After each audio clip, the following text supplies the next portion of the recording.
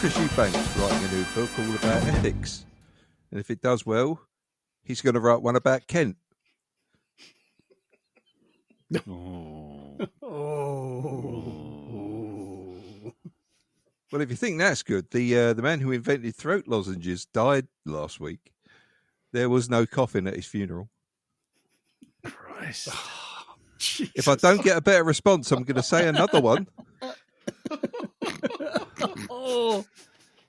Do you know what? This week we had a bit of a cold snap round my way, and I went out to the car and found that there was a lot of frost and ice on the window. So I went to get rid of it, go and scrape it off, and I didn't have a scraper, but I had a discount card, but it was a load of rubbish because I only got 10% off.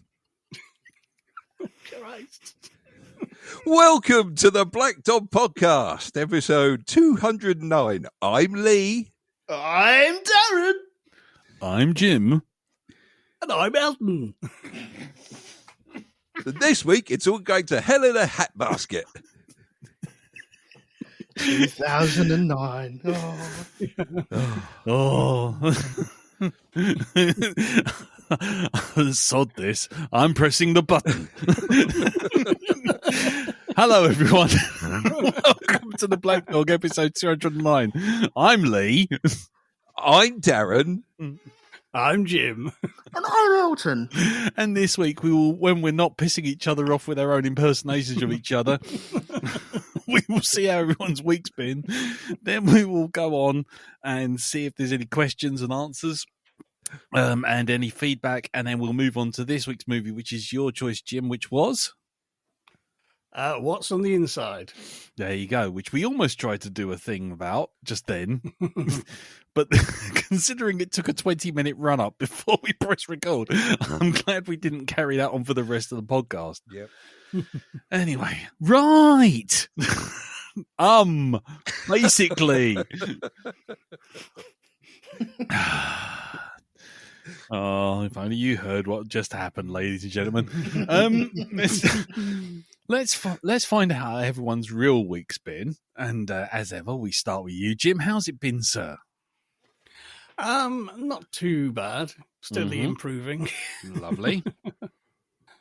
So last week I was just starting my special diet. Yes. Which is all right.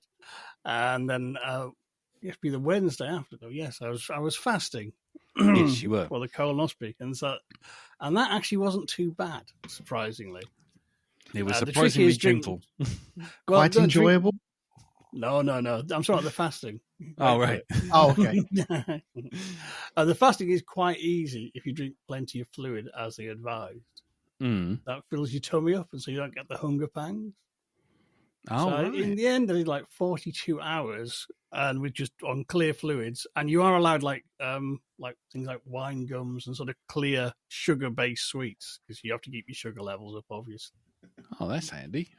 Yeah. So there's only so many wine gums you can eat in a day. Challenge accepted. But yeah, that wasn't too bad. The laxative things I mentioned last week, that was the worst part. Not the effect, actually drinking the damn stuff. Oh, right, okay. Because it's kind of, you get these sachets and you mix it up in like half a litre of water. Yeah. And you have to drink it in half an hour. And to drink another half a litre of plain water with it. Like in the next hour.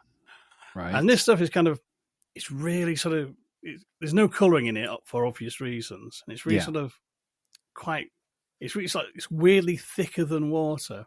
Like the first, like you get one to take like 24 hours before, then one 12 hours before, sort of thing. Yeah. And the first one is mango flavour, allegedly.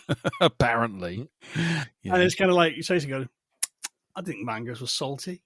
It's kind of really this horrible sort of salt. You can smell it, it's like fruity and sugary, but then it just hits you with salt, and then you get this fruit aftertaste. And at first you think, actually, it's weird, but it's okay. But you've got a half a litre of this bastard stuff to get down, and you can't drink it too quickly because, as the nurse said, you drink it too quickly, you will choke up. and that's because of the amount of salts in it.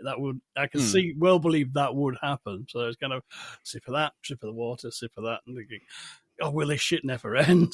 And I don't know if you've ever been in where they're doing like those like novelty beers. Yes. Where you get like strawberry flavour ale or something. It reminded me of sort of drinking one of those. You start one, which is quite nice. This is different. You get halfway down going, oh my God, this is awful. I've made a dreadful mistake. Why someone bought me a second pint? I shouldn't have agreed to that. I don't want it anymore. And it was kind of like that. Now, that was a real effort to get them down. And the second one was even worse, which was fruit punch flavour. Which, I mean, they took the packet and someone beat the shit out of a grocer's shop in front of it, I think. That was the fruit punch part of it. Oh, God. But yeah, that was definitely the low point. And so once I got those out of the way, it's kind of like, oh, thank God. That was actually the worst bit of the whole thing, quite by far. Just drinking those fucking things. But the actual procedure was very straightforward. You had like choice. You could have you had a canyon in your arm in case they need to give you fluids, but you could have like a sedative in, which I declined because it's kind of those things. Last time I was fucking out for 6 on that. Yeah, and I thought no, I'll just because you also have a chance. If you want it, they can just soon wax them in. So I said, well, we'll see how we go. And they also had like a canister like gas and air. Whereas, you just have the mask and whiff on it, just take the edge off as necessary. Yeah. So I had that on hand. In the end, I didn't end up using it at all because basically, much like the bronchoscopy, the first thing that they spray you with a local anesthetic.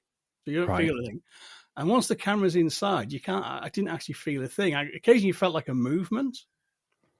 And that was it. And it was kind of really, really strange because I know they're doing something because I can see on this screen my own insides, but I can't actually feel anything, which is obviously good. But that's kind of it's quite a strange. It's like having an inner outer body experience. Wow. Okay. But the good news is there is no cancer in there at all. Right. Well, that's the main takeaway. And the good thing is you get the results like straight away. They tell you straight afterwards. Whereas with a bronchoscopy, it goes off and gets analysed and stuff. Then they get back to you. With this, though, there's nothing to take biopsies. Rather than say, no, you're all clear. However, the root seeming of the problem is I've got something called tuberculosis or tuberculitis. What the hell's that? Well, basically, they call it a disease, but it's not like an infection. It's more kind of like, how wrinkles are a disease of aging. It's like that, but for your guts. Oh. And basically, as you get older, and it happens, this is very, very common, apparently, having read up on it. But as you get older, in your main intestine, you will sort of just get little sort of like pockets form. Just like little dimples almost in your intestine. And basically what can happen is stuff can get trapped in them and get irritated. Okay. And that was caused the slightly higher than average blood.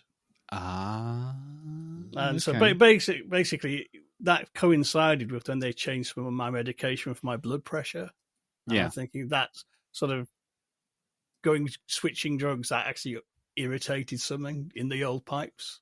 But basically, there's no like treatment for tuberculosis. It's not life threatening. It's not serious in the slightest because it's kind of everybody kind of has it. Right. Or probably will get it, and you won't even be aware you've got it most of the time. And you just make sure you eat plenty of fiber, drink plenty of fluids, i.e., eat properly, and you'll never, that's all you have to do. So it was very good to get an all clear on that, I must say. Yes. Well, and when I came out, a nurse brought me a big mug of tea and 2 slices of toast with marmalade and jam, and that was the best marmalade and toast I've ever had.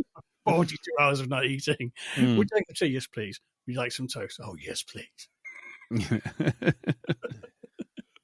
Nice. Cool. Oh, well, that's good news. Yeah, it's one of those. It's the worst bit is the preparation. And drinking that bloody laxative. Oh, but the fasting thing is actually surprisingly easy if you just drink plenty of fluid and juices and stuff. You can just keep on, you keep motoring through it, and it's all right. And the actual procedure, say, some people do get a twinge of pain, but I didn't feel a damn thing, which was really, really strange. So, yeah, it's one of those things. It's a weird thing to have done to you, but it's really, you've had far worse done. You know what I mean? If you had to give blood, that's more painful than this is. So, Oh, right. If you ever have to go for it, there's nothing to worry about. You know what I mean? But just be prepared. Those laxatives will give you taste like fucking shit. It will be a struggle to get down. Which is kind of appropriate when you think about it. Well, it is. Yes, yeah. Nice. Wow. Well, okay. Well, at least the outcome is it's all good. Well, that's it. Now it's how you've got not fighting cancer on two fronts. You've got the lung to worry about, and I'm in tomorrow for a CT scan. And right. then I've got no appointments in March at all. Oh, well, that's a positive. Yeah, that's so far. So that's good.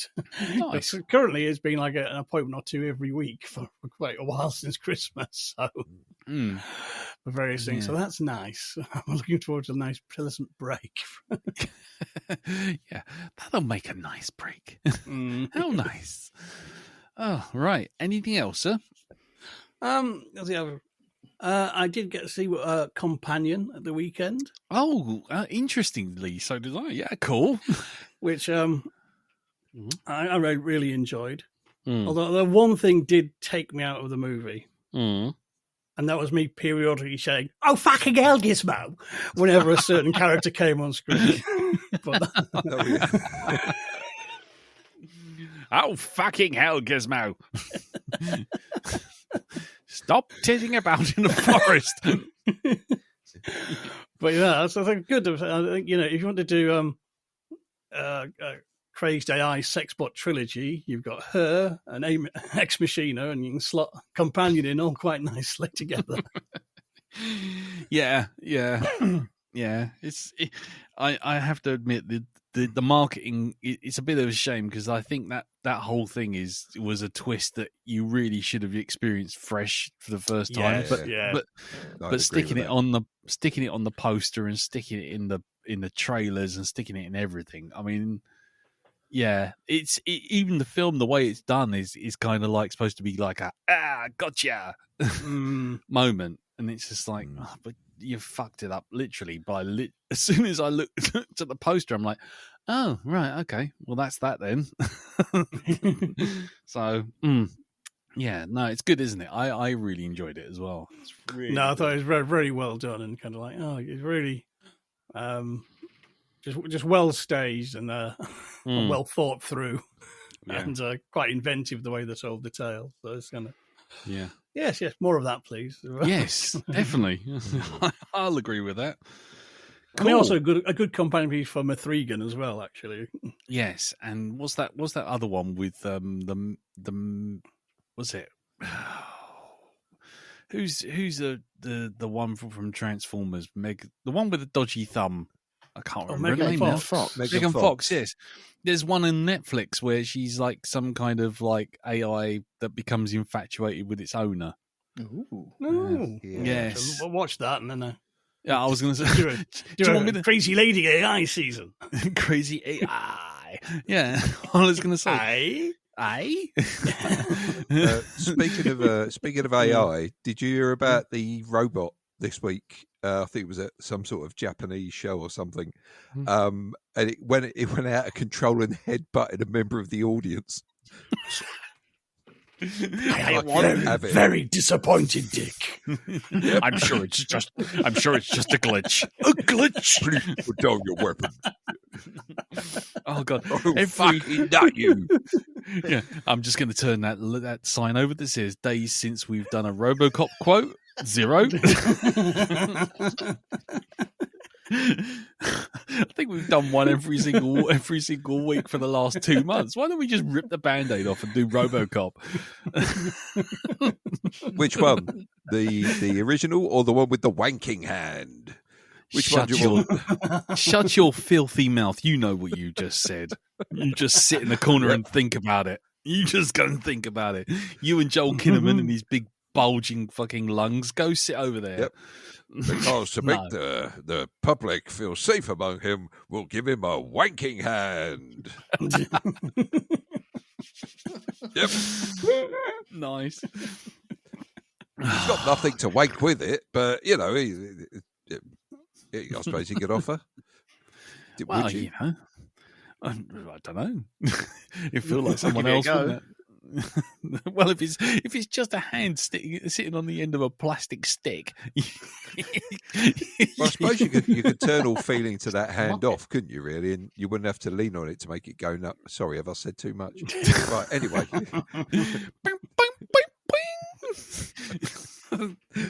brown chicken, brown cow.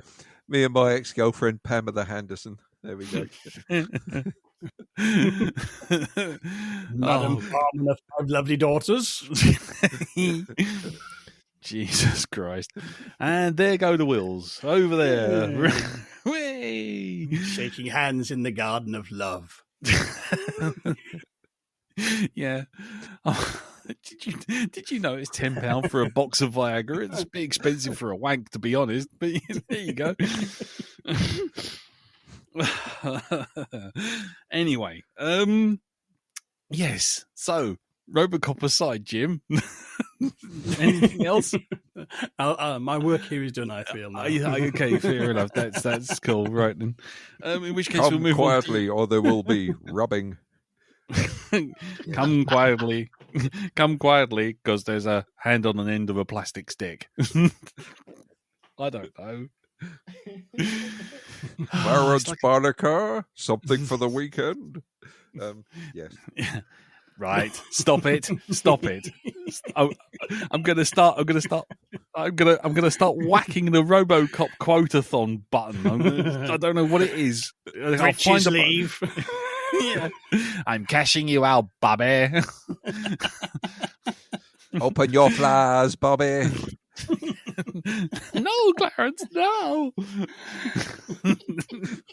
Why don't you give the man a hand? Do you reckon we could actually just Job.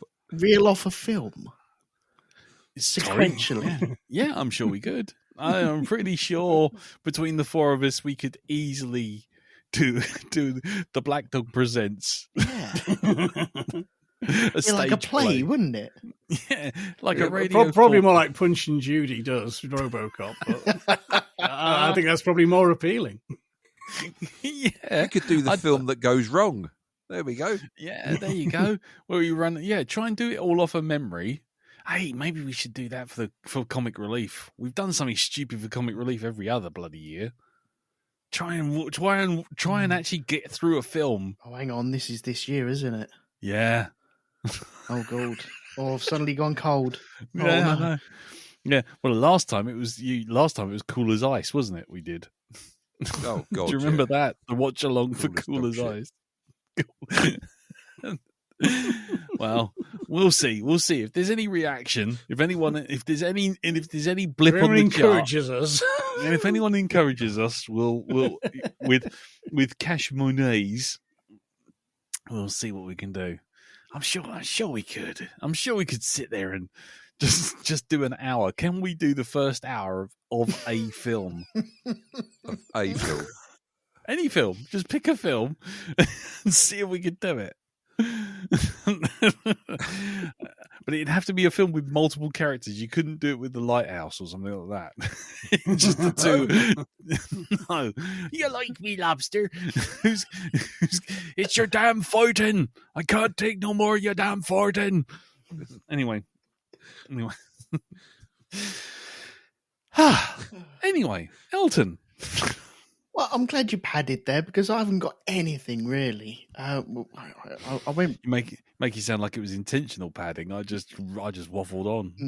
Yeah. Sorry, carry on. Went briefly car shopping, and Kimmy is now owner of a car, so that's turning up this week. Okay. Yeah, that was. It was fun. It was good. It was exciting. But car salesmen, they're all just bastards, aren't they? Oh yes. They're all.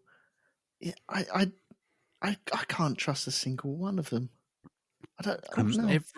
Every man jack one of them, yes. They are robbing, thieving, lying toe rags who will do anything to get your money out of your pocket and into theirs. Yep. Now, if there's any listening, of course, we're not talking about you. Unless, of course, you can offer us preferential rates on a new Toyota Yaris, in which case we'll happily endorse your No, we're only talking about the ones in the sheepskin coats and the trilbies. So, yeah. Unless you are one of those as well, in which case, You're looking fine and dapper today, I must say. 50 quid in unmarked bills in a brown envelope. We'll advertise. We'll advertise. Yeah, so we were going for that rigmarole this weekend. Right.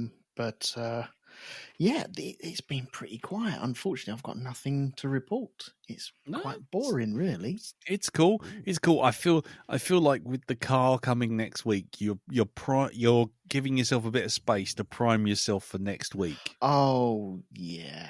You see. Oh, yes. Nature abhors a vacuum, you see. Yeah. You've got nothing this week, but next week when it rolls up off the forecourt and turns up on your door. With 3 wheels. All at different angles. Exactly. And cellophane flapping in the windows.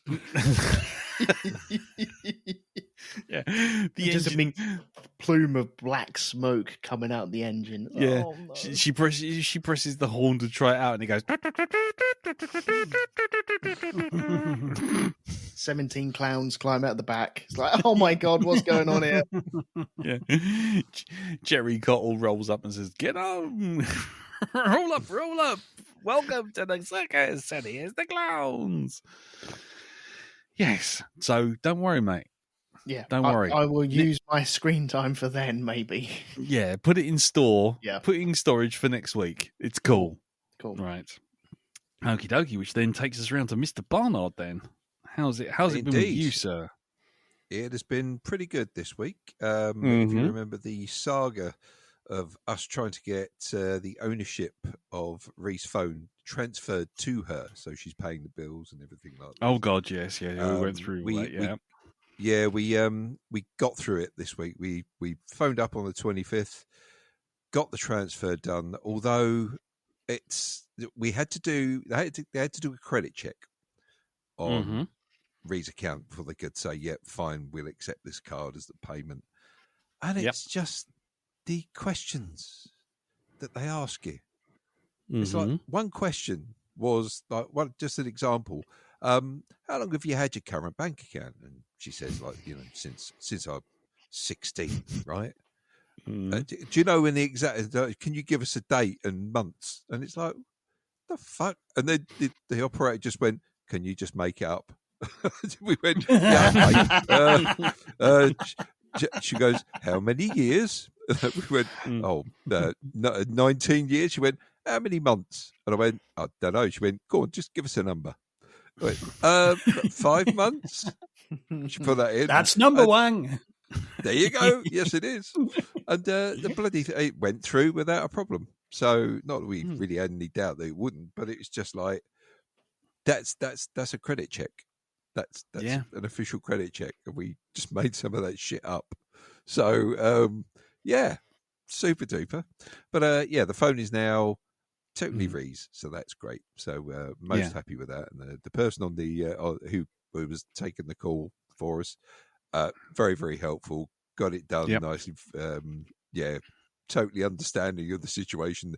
Oh, don't worry, if you've got to get some information, don't worry, I'll sit here and wait for you. Take as long as you like. So that's all good. That really was. So this week went to the cinema again. Myself and Ree went off to watch The Monkey,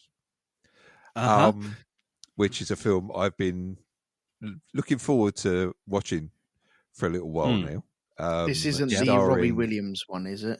No. Do you know what? Every time I say this, they go, "What, is that the Robbie Williams film?" It's like some sort of comedy skit. Yeah, but I said, it's The Monkey. Is that Robbie Williams? Is that the Robbie Williams film? No, definitely. See, I'd have asked, is that the one with Trippy Tarka? I'd have gone Jeep Cost. There we go. Yes. Oh, you're the mother. I thought you were a fella. All that stuff.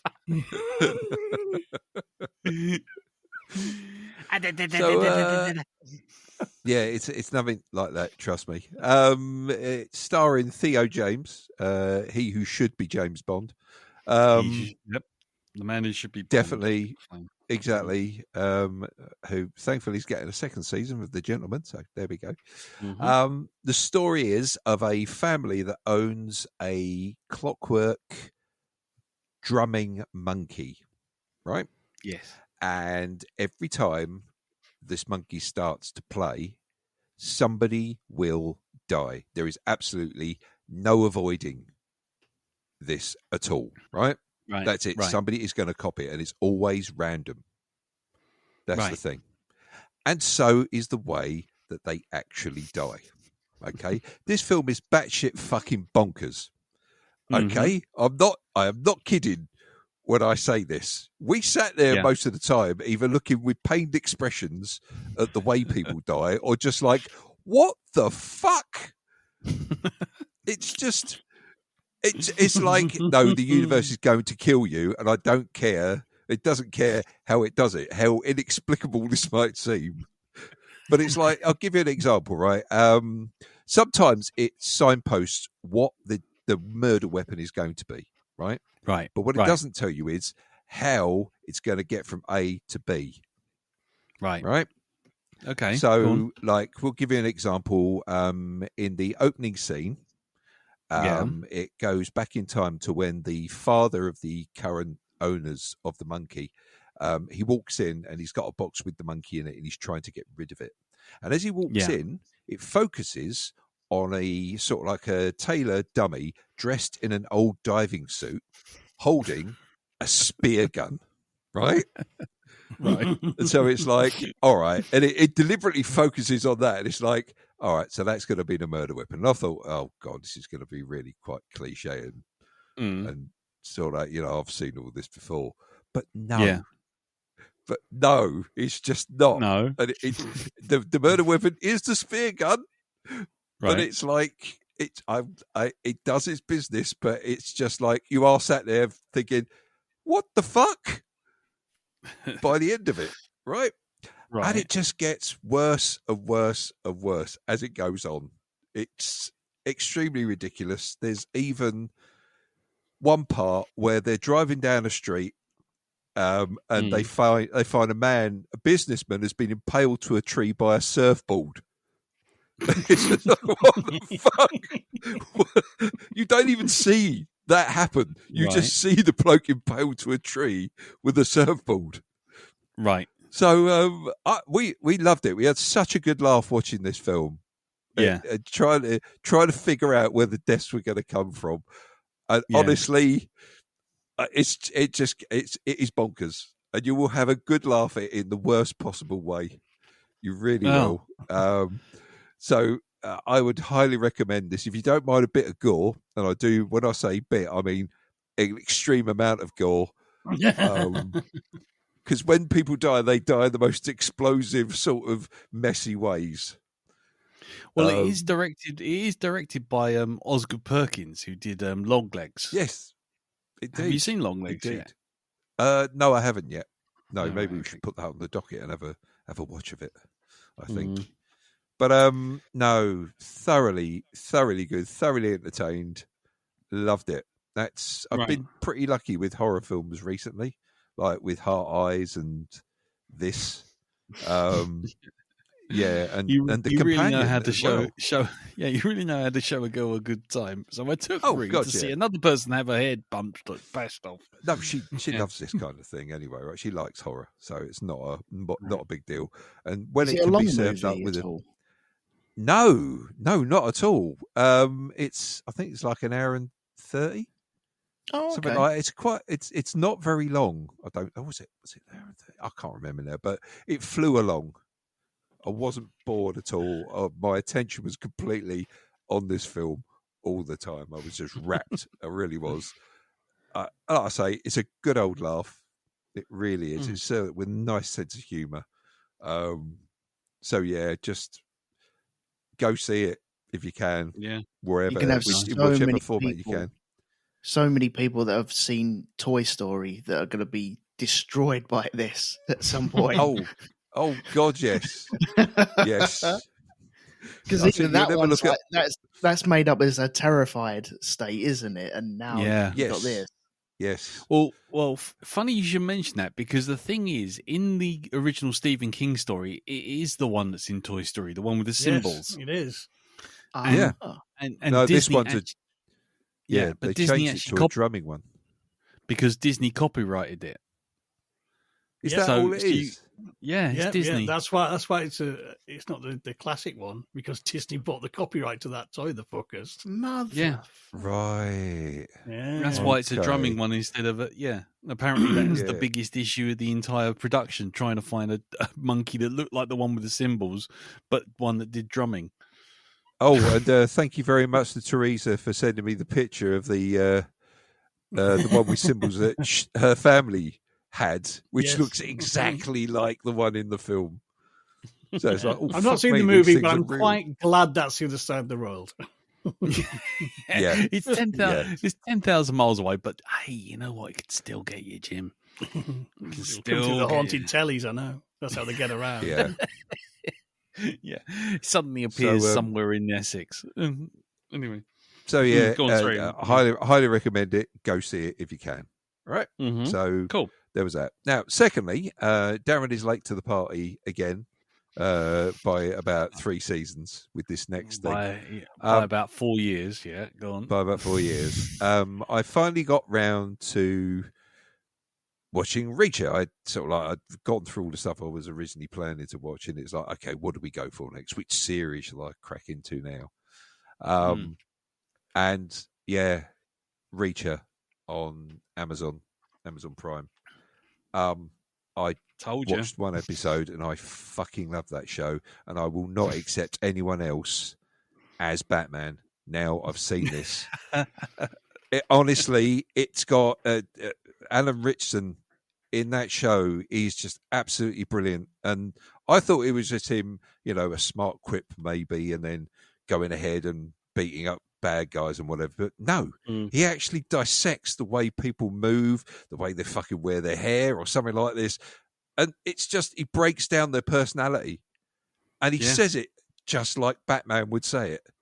Yeah. And he's even got the sort of comebacks that you'd expect Batman to come back with. If you've ever read the comics, the Batman comics, when he's sparring with someone, the real sort of deep barbs that he kind of throws back at them.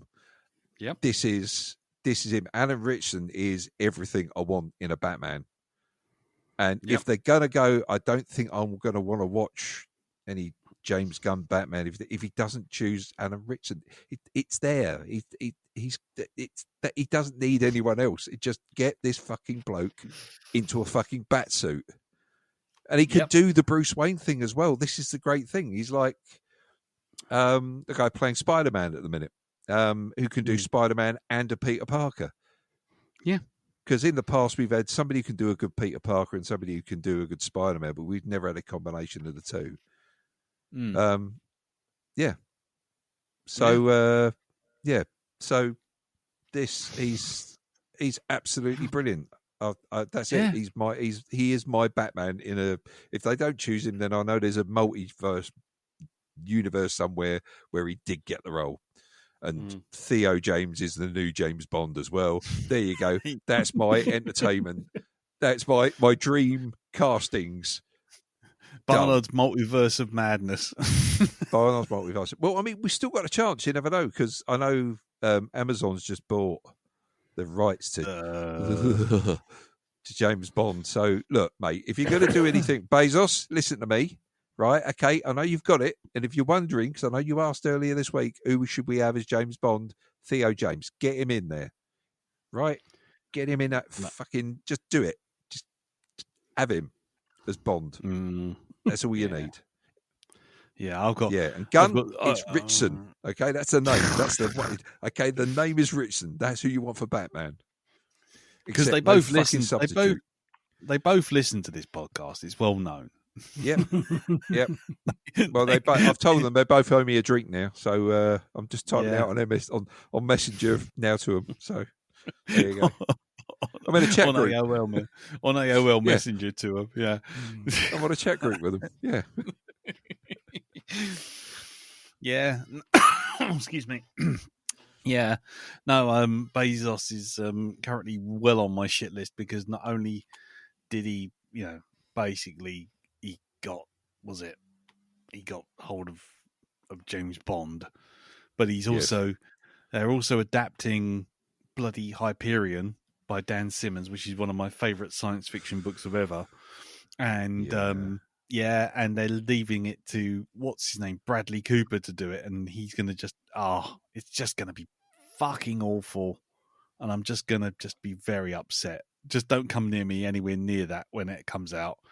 Then they're doing bloody Mass Effect, and I just again, really? And they're talking, and the problem is that every single one of them comes out with the words, "It'll be a fine adaptation." So it's like they're not doing it; they're just making their own thing of it. And then this week they then said that they were going to start doing the culture novels, the Ian M. Banks ones, and it's just like, oh my god, all three of my sci-fi touchstones, and you're going to fuck them into oblivion. No, Amazon aren't the ones behind this new He-Man film, are they? I have because I wouldn't be surprised with what I've heard about it and what the I have story is. No idea. No. The only thing I've heard about He-Man at the moment is that what's her name? The one from bloody Deadpool, Monica Backard. Yeah, she's the sorceress. Yes, I know. So just purely from a pervy point of view, seeing her in a sorceress costume is fine by me. But the rest of it, I don't care. They're setting it on Earth. The first of course bit. They are. Of course, because apparently Prince Adam started off here. Why? I don't get that with these things. It's like with the fucking Gunslinger when they did the film for that. I know that was pretty shit anyway, but you've got somewhere like Midworld, right? Or Eternia or whatever. And it's like, you know what's a really good idea? Let's set it in a boring fucking place like, I don't know, how about the one we live in? Darren. Just one word. Budget. What's that?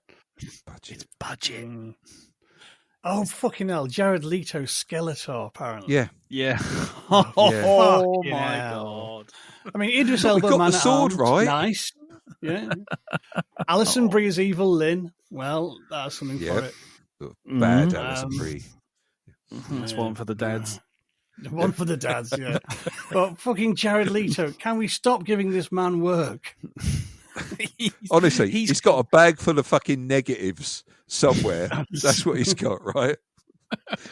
Oh, yes, look at my extensive negative collection. Let's see, who's doing what film that I want to be in? What have I got on him? Oh, he was a tiny party, or should I say a Diddy one? There we go.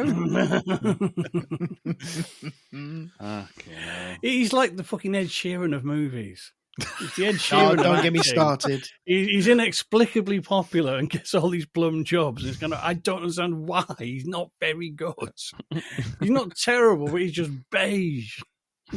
Oh, I don't know. I think he is terrible. I mean, if you saw, I saw the what's that one? The All the Money in the World one.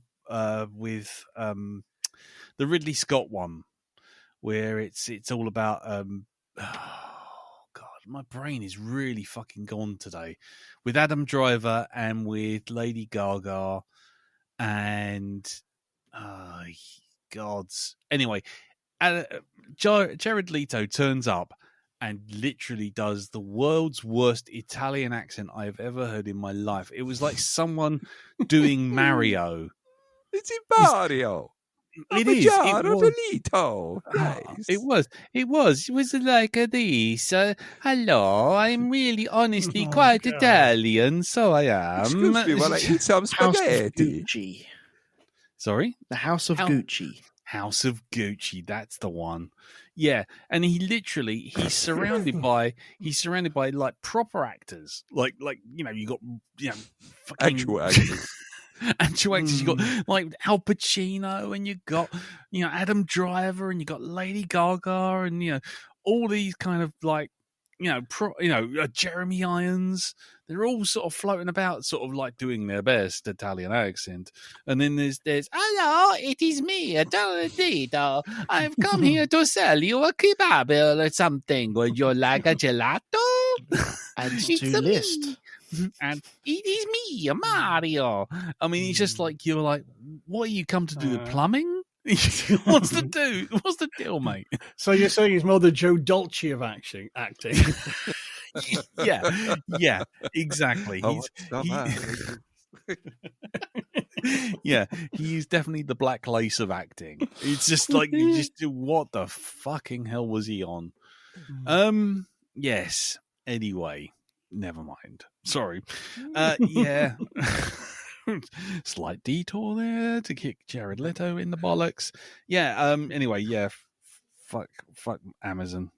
Seriously, after was it Rings of Power? I mean, that's the most boring adaptation of the most boring part of a book I've ever seen in my entire life.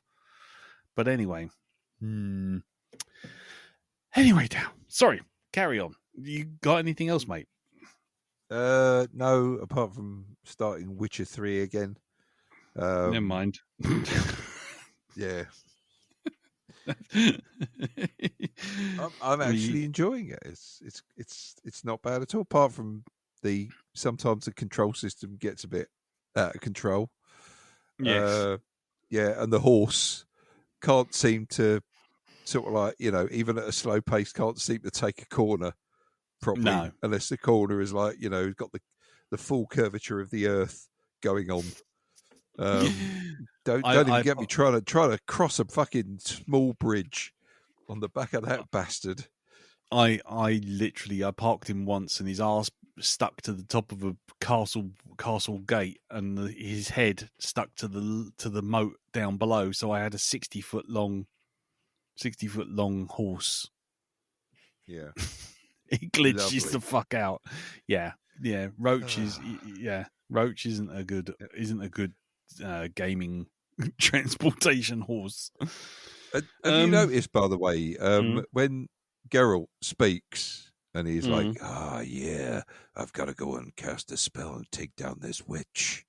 And it's moments like that he forgets that he's got a slightly sort of like mid-Atlantic American accent and turns into someone from Cornwall.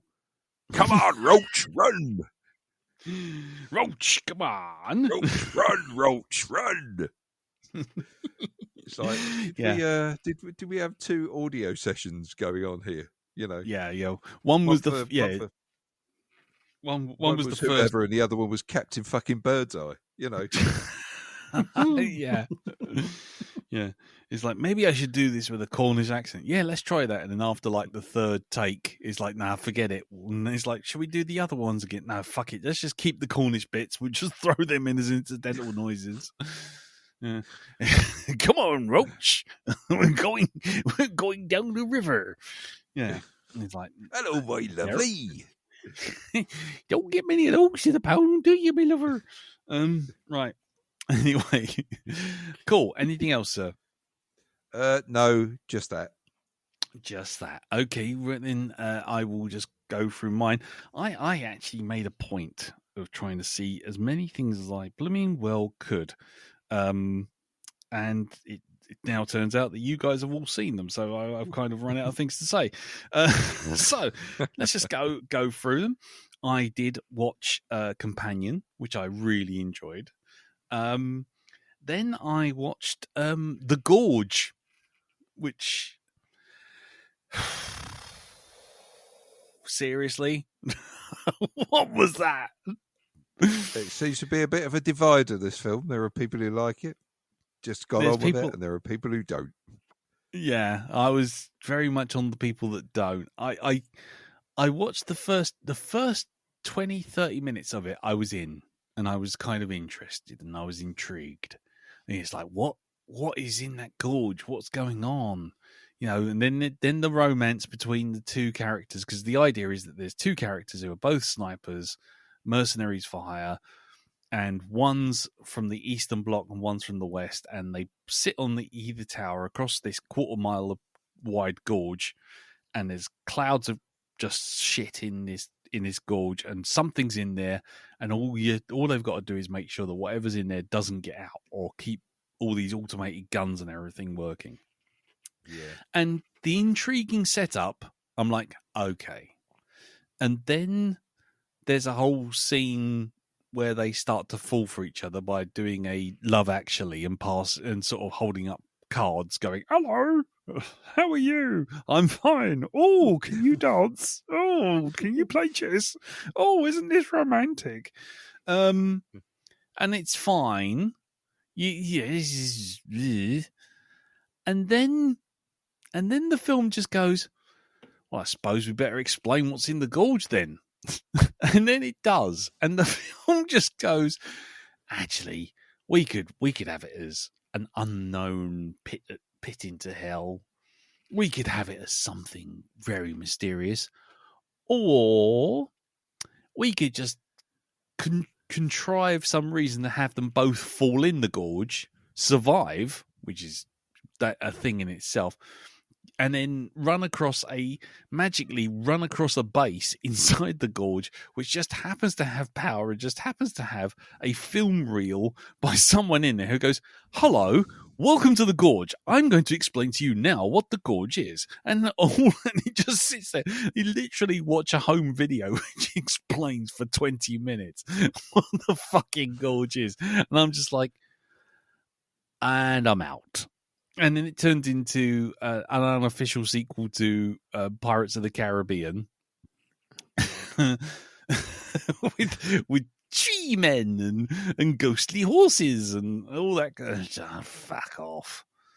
And then it did the script notes thing of falling down a quarter-mile gorge is going to be pretty difficult to get out of. Actually, it's going to be super easy. Barely an inconvenience. Oh, really? Yes. Well, they just got a car and drove up the wall. What? And yeah, the film reminded. I said it on Blue Sky. The film reminded me of when we were at Cartoon.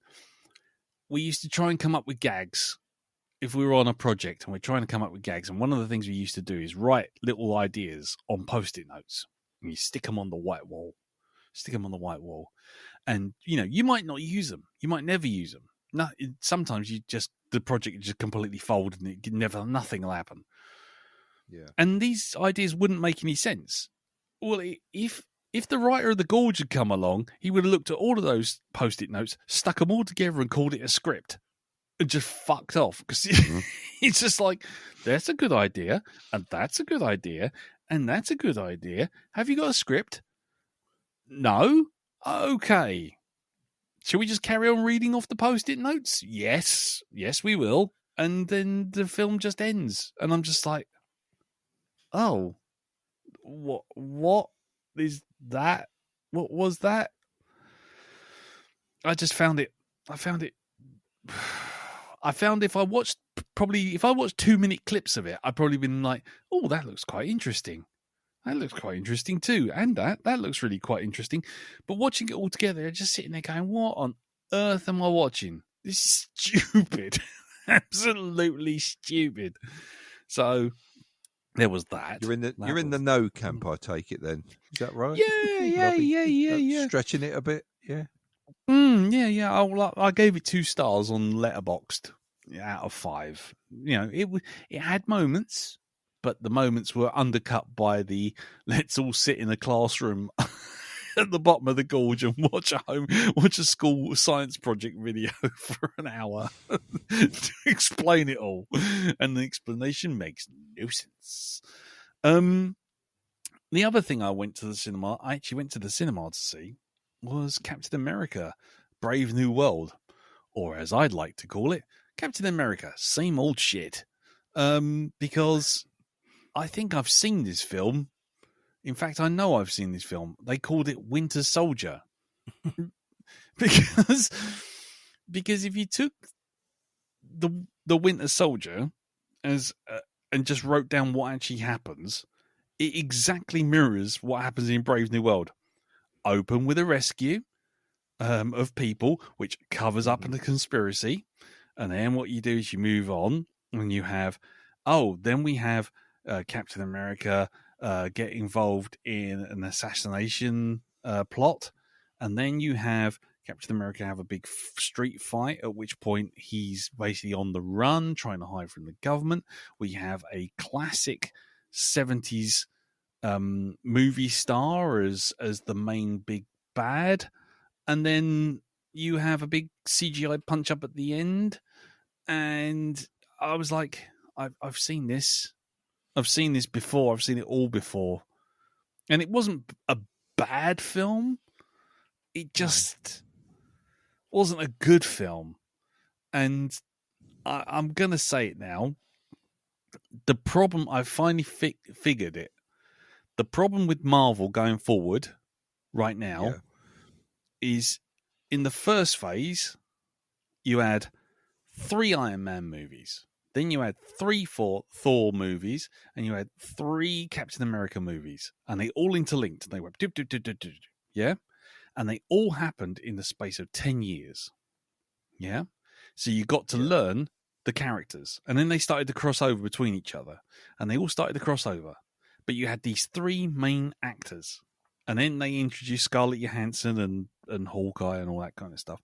But you had these 3 main actors with 3 films each, all in the space of 10 years. We've had, since 2019, 6 years, and we haven't had a single character apart from bloody Falcon and Bucky appear in anything. In any movie. And they just kind of, it just feels aimless. The whole thing just feels aimless. And this Captain America film, firstly, it's not a Captain America film. It's a sequel to The Incredible Hulk, the one with Ed Norton in it. Because all the plot points, every single one of them goes back to that film. The actual villain is from that film. And you just sit there going, I just don't care. And Anthony Mackie isn't a charismatic actor. He does the things, he punches the things, he stands there and looks good in a suit.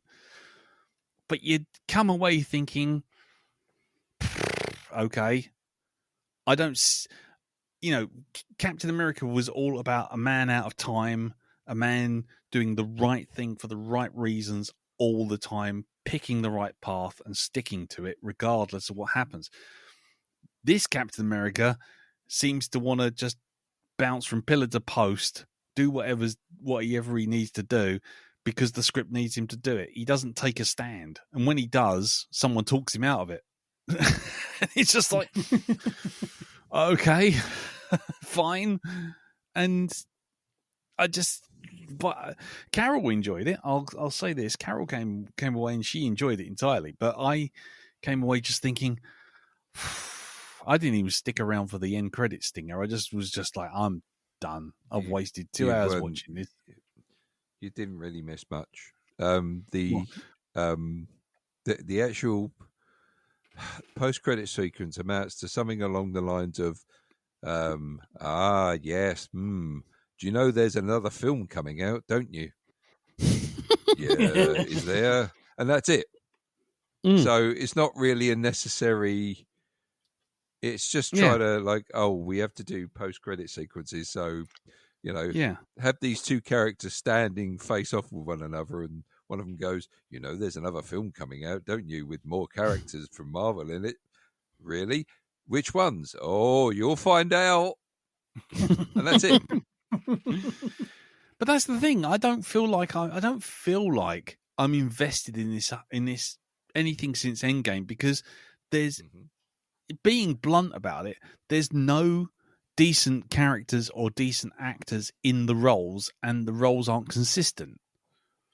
So where you might have introduced, I don't know, She-Hulk or whatever, they're all on TV, so they feel like they're skippable. And basically watching them, they are skippable. And there's no characters carrying through. And there's nothing... Daredevil is the only one that's carrying through. Yeah, but he's on TV. He's the TV one. Yeah, but he was in the Spider-Man films. Matt for Murdock 3.5 was in those as seconds. his lawyers. Doesn't matter. He's still been in it, so he still counts as being part of that film universe.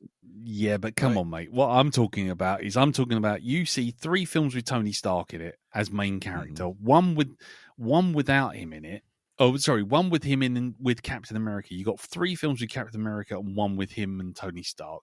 You got all the Avengers movies scattered through it, and it all happens in 10 years. 20 odd movies in 10 years. Yes.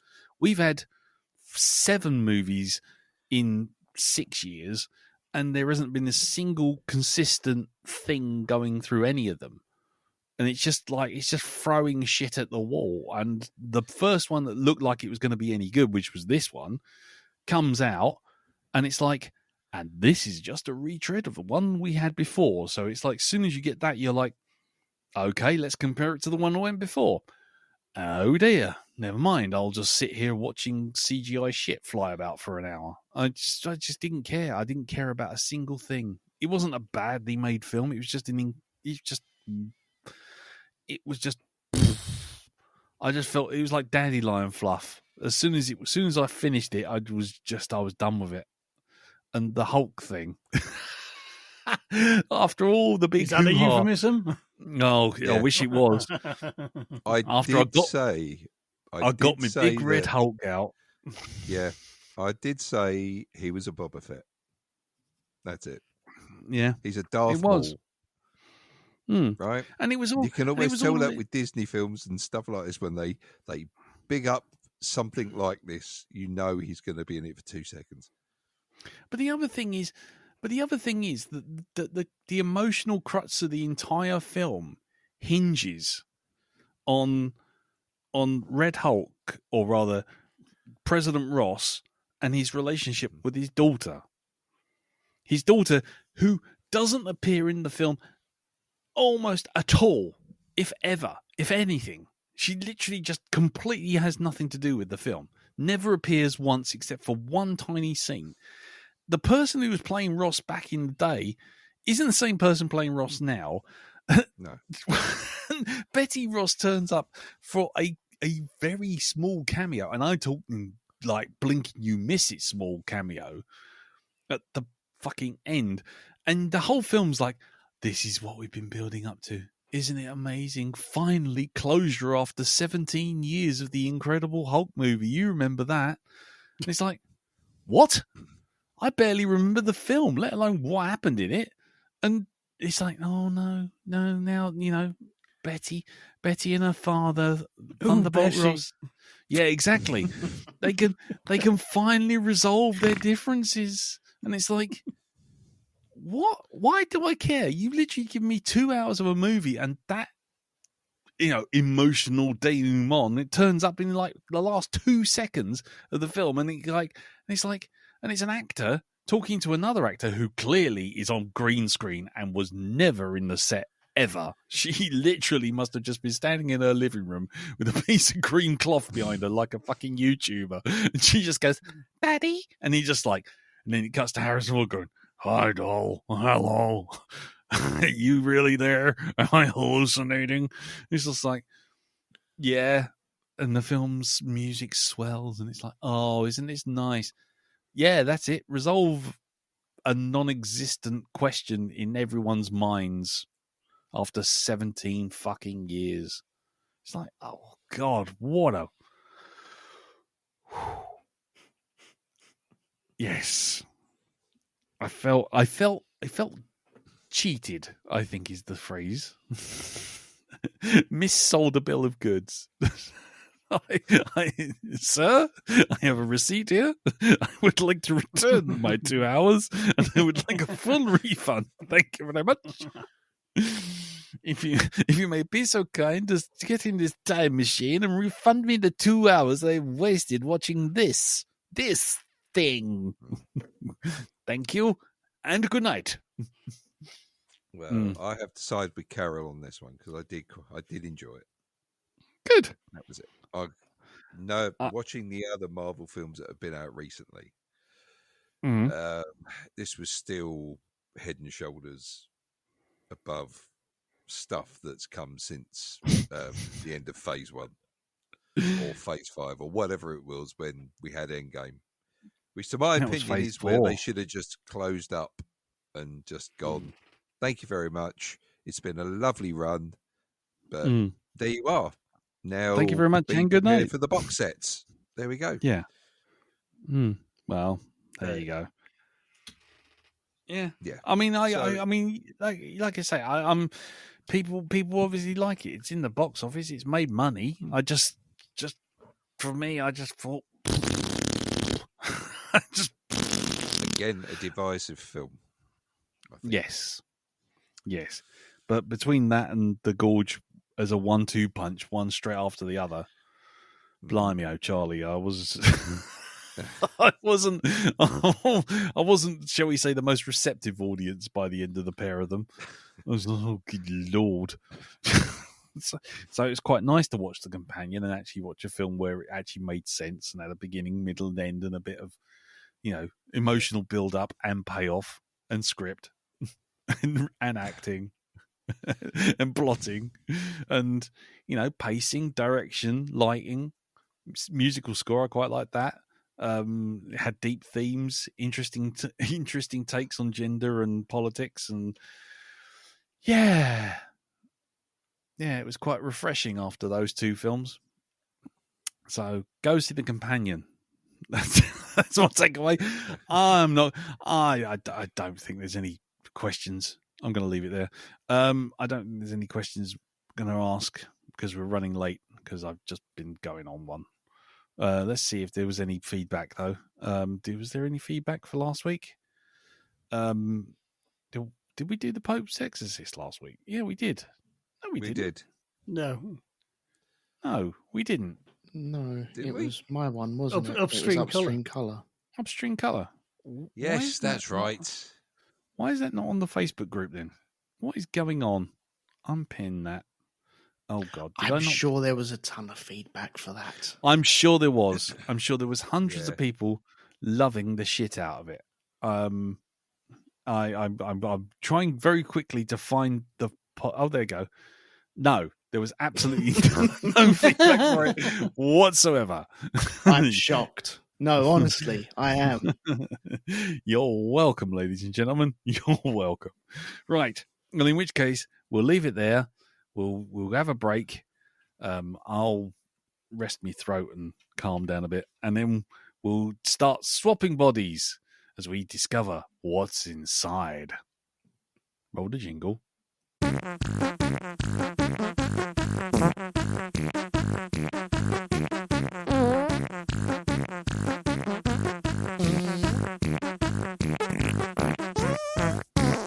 Anyway, what's inside? It's a 2024 American science fiction comedy horror mystery film, written and directed by Greg Jardin.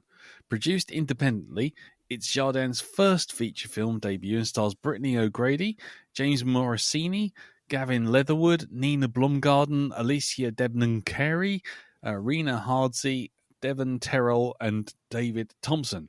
No, me neither. The film tells the story of a group of friends and one maybe not quite so close friend who gather for a groom's party ahead of a wedding and are presented with a new and interesting body swap game. That's all I'm going to say there. The film was immediately bought up by Netflix, which means it has absolutely no stats on it, how much it made. But we'll ask the question anyway for format's sake. So the budget was $2.5 million. How much did it make at the box office? Elton? I'm not too sure, but I've taken it all out of your bank account and I'm running off right now. Nice. Jim? I think it made $5 million in very expensive balcony repairs. Nice. Dal?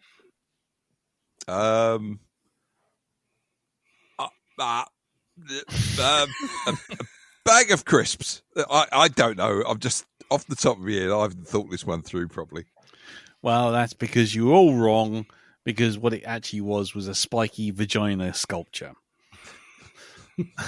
So, up for sale now, slightly stained. Yeah. One previous owner, slightly besmirched by people falling off of it, onto it. Anyway, yes. So we can't really talk too much about the story because it is almost entirely spoiler. I think it's safe to say. Yes. So let's briefly just go around the table prior to spoilers and find what everyone liked about it. Jim, you picked, so you go last. So we'll start with. I think none of the rest of us haven't seen it before, have we? So no. Okay, so we'll start with you, Elton. What did you think about It's What's Inside? I really enjoyed it. I don't like the title though. It's really confusing. It's What's Inside. It's like there's like double negatives and stuff like that. I know there's no double negatives. It's just confusing to say. Yes. I enjoyed this.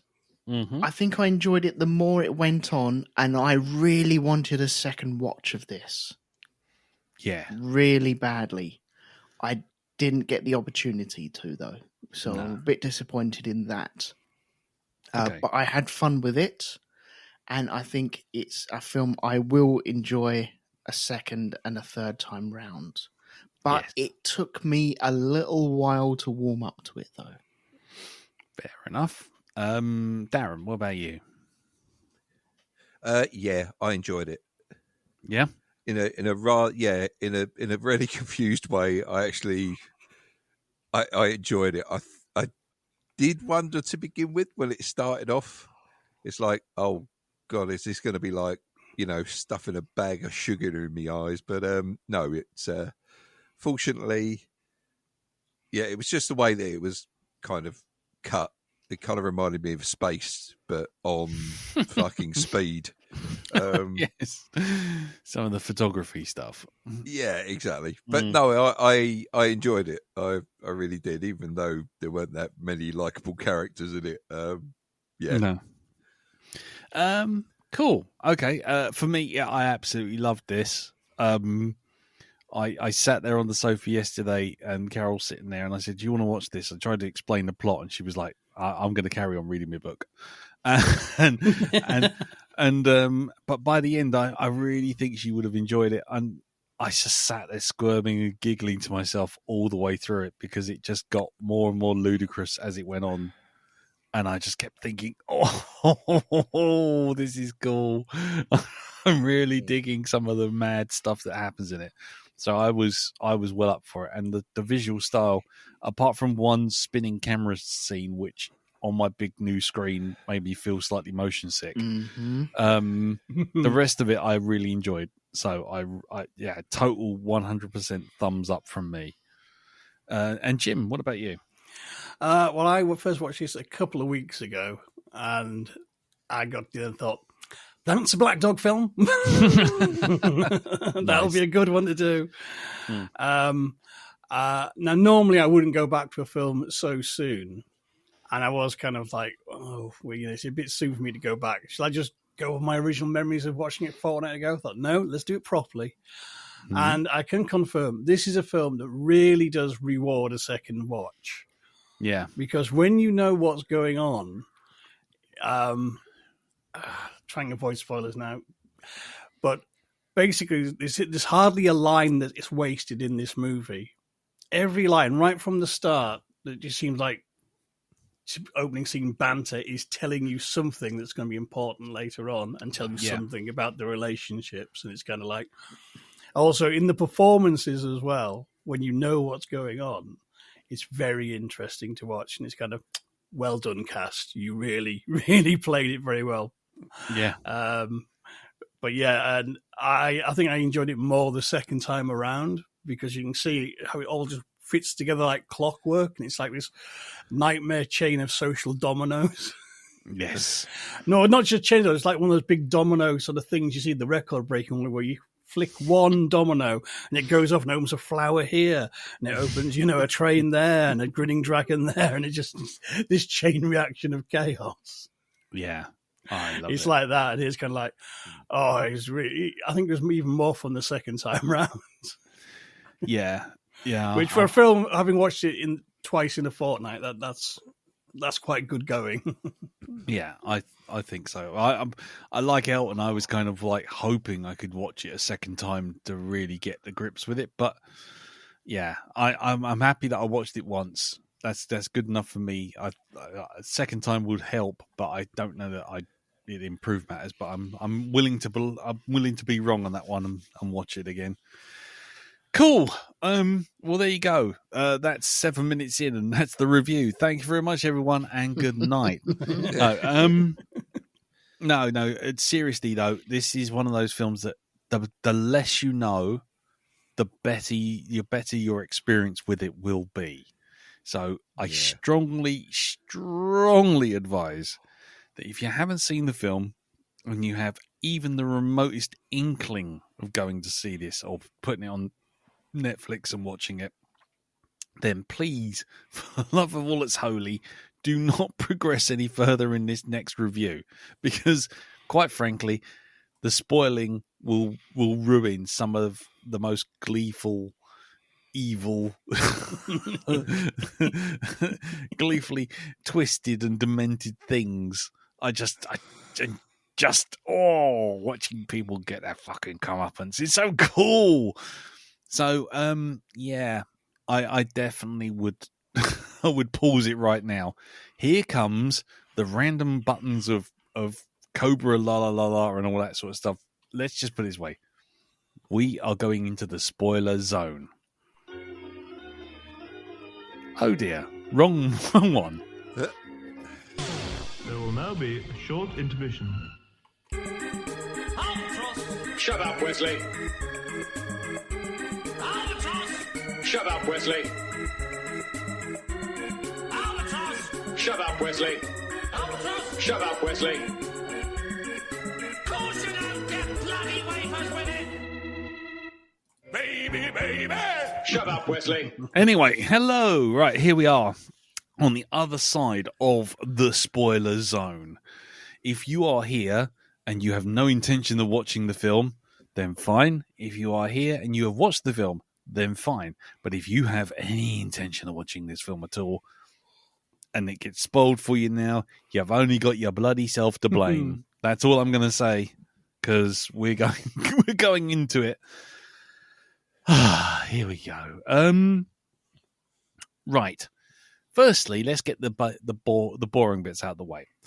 Did you, like me, ladies and gentlemen out there in the audience, hosts, did you want to spend any time in the company of these characters before the thing got going, before Forbes turned up? No.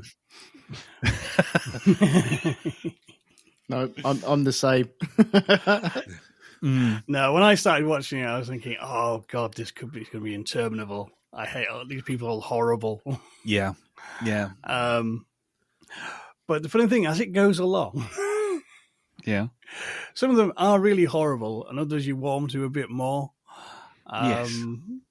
And it's very interesting how, well, they start out as the worst kind of stereotypes of da youth that, you know, the Fire Island crowd, basically.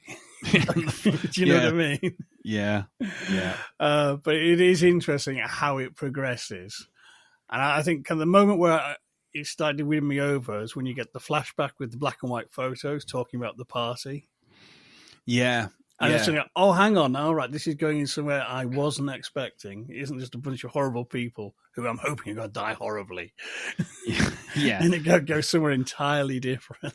Well, it's interesting because those kind of stylistic sort of things, the camera work and everything, starts off quite early with the conversation in the car.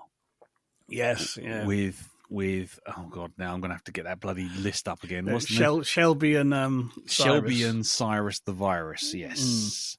So once they're in the car, and then it suddenly does that thing of sort of splitting the camera and going into sort of like two totally different cameras filming the same scene. Yeah. I suddenly thought, oh, here we go. This is trying something different and new and interesting. So I guess my next question is, did the camera work and everything reassure you that you've got to hang on, or did it suddenly make you even more irritated at what you might be going into? For me, it was kind of like, oh, hang on, you have my. This isn't going to be another teen slasher with a sci-fi twist, which is kind of what I was expecting, because we've had a lot of those lately. Yeah, and it was kind of, as Darren said, it did remind me of Spaced, but it also kind of reminded me of The Substance. And it's kind of, someone doing something interesting with camera work for a change, rather than just the shoot this, shoot that, Yeah. 1, 2, 1, 2, bit of business, bit of blocking, 1, 2, 1, 2, talking head. Yeah, I get it. Yeah. You know what I mean? It's kind of, it's that kind of what I call sort of kinetic filmmaking. Yes. Which, it's one of those, I don't think it's terribly hard to do, but it's beyond most directors. There's only like the Edgar Wrights of this world, or the Sam Raimis, who say, can we shoot this like just a bit different? Yeah, can we do something differently with this? Yeah. You know what I mean? And they kind of, you don't need a huge amount of budget to do it either. You just need a good visual imagination. And I think it actually, the style of shooting played very well with the subject matter as well. It wasn't just like in the 90s, we had lots of stupid fast cuts and lots of things brought in from videos, music videos, for no reason whatsoever. And it used to just bog down films. Where here, everything, there's like a thematic coherence to the whole thing. You know what I mean? I like the fact that you get the flashbacks like photos taken at the time. Yes, I love those scenes. People have different memories and different versions of what happened, and it's just and the fact that Ruben's mother was an artist, so the entire mansion is like an installation, full of mirrors and distorted faces, and very much Alice in Wonderland sort of vibes to it. It was really, really cool, and I say, hats off for the visual design as well. Yeah, definitely.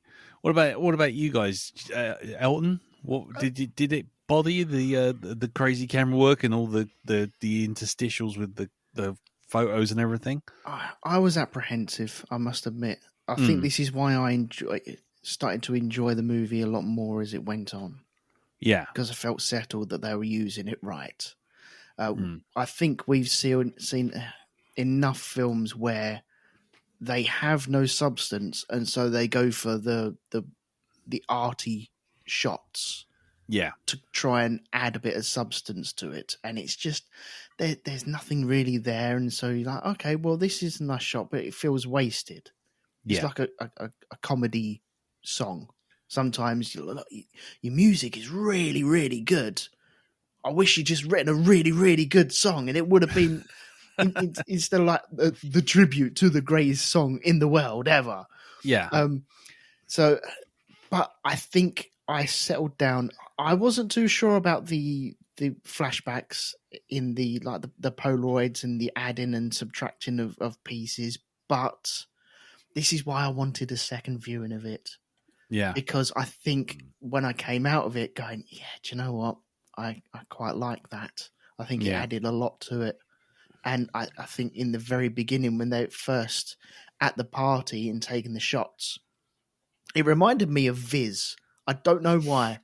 It had that Viz texture to it of the black and white photos. Like the photo strips they used to do. Yeah. Yeah. Yes, yeah. Yeah.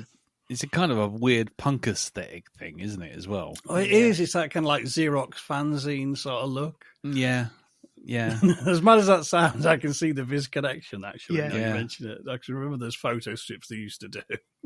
Yeah. But I thought it was really clever, and I spent a lot of time going, how did they do that? How did they flip between the two pictures? They must have taken two pictures at exactly the same time, and just trying to work it out in my head. So there was a lot going on for me to work out, at the time, and then you got a plot all over the top of it as well, which actually works. But the visuals, I think they definitely grew on me as I went along. Definitely. That first shot in the car where it splits, and I thought, it's like a book opening up. It felt like the 2 pages, the leaves of the book just open away from each other. I thought it was really, really clever. Yeah.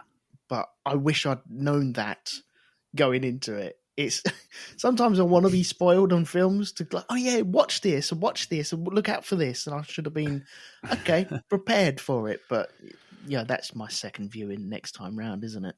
Yeah, I must admit, I would say that I did appreciate Jim giving me the heads up that that the people in it were deliberately supposed to be shit. And last week, it was like, oh, thank fuck.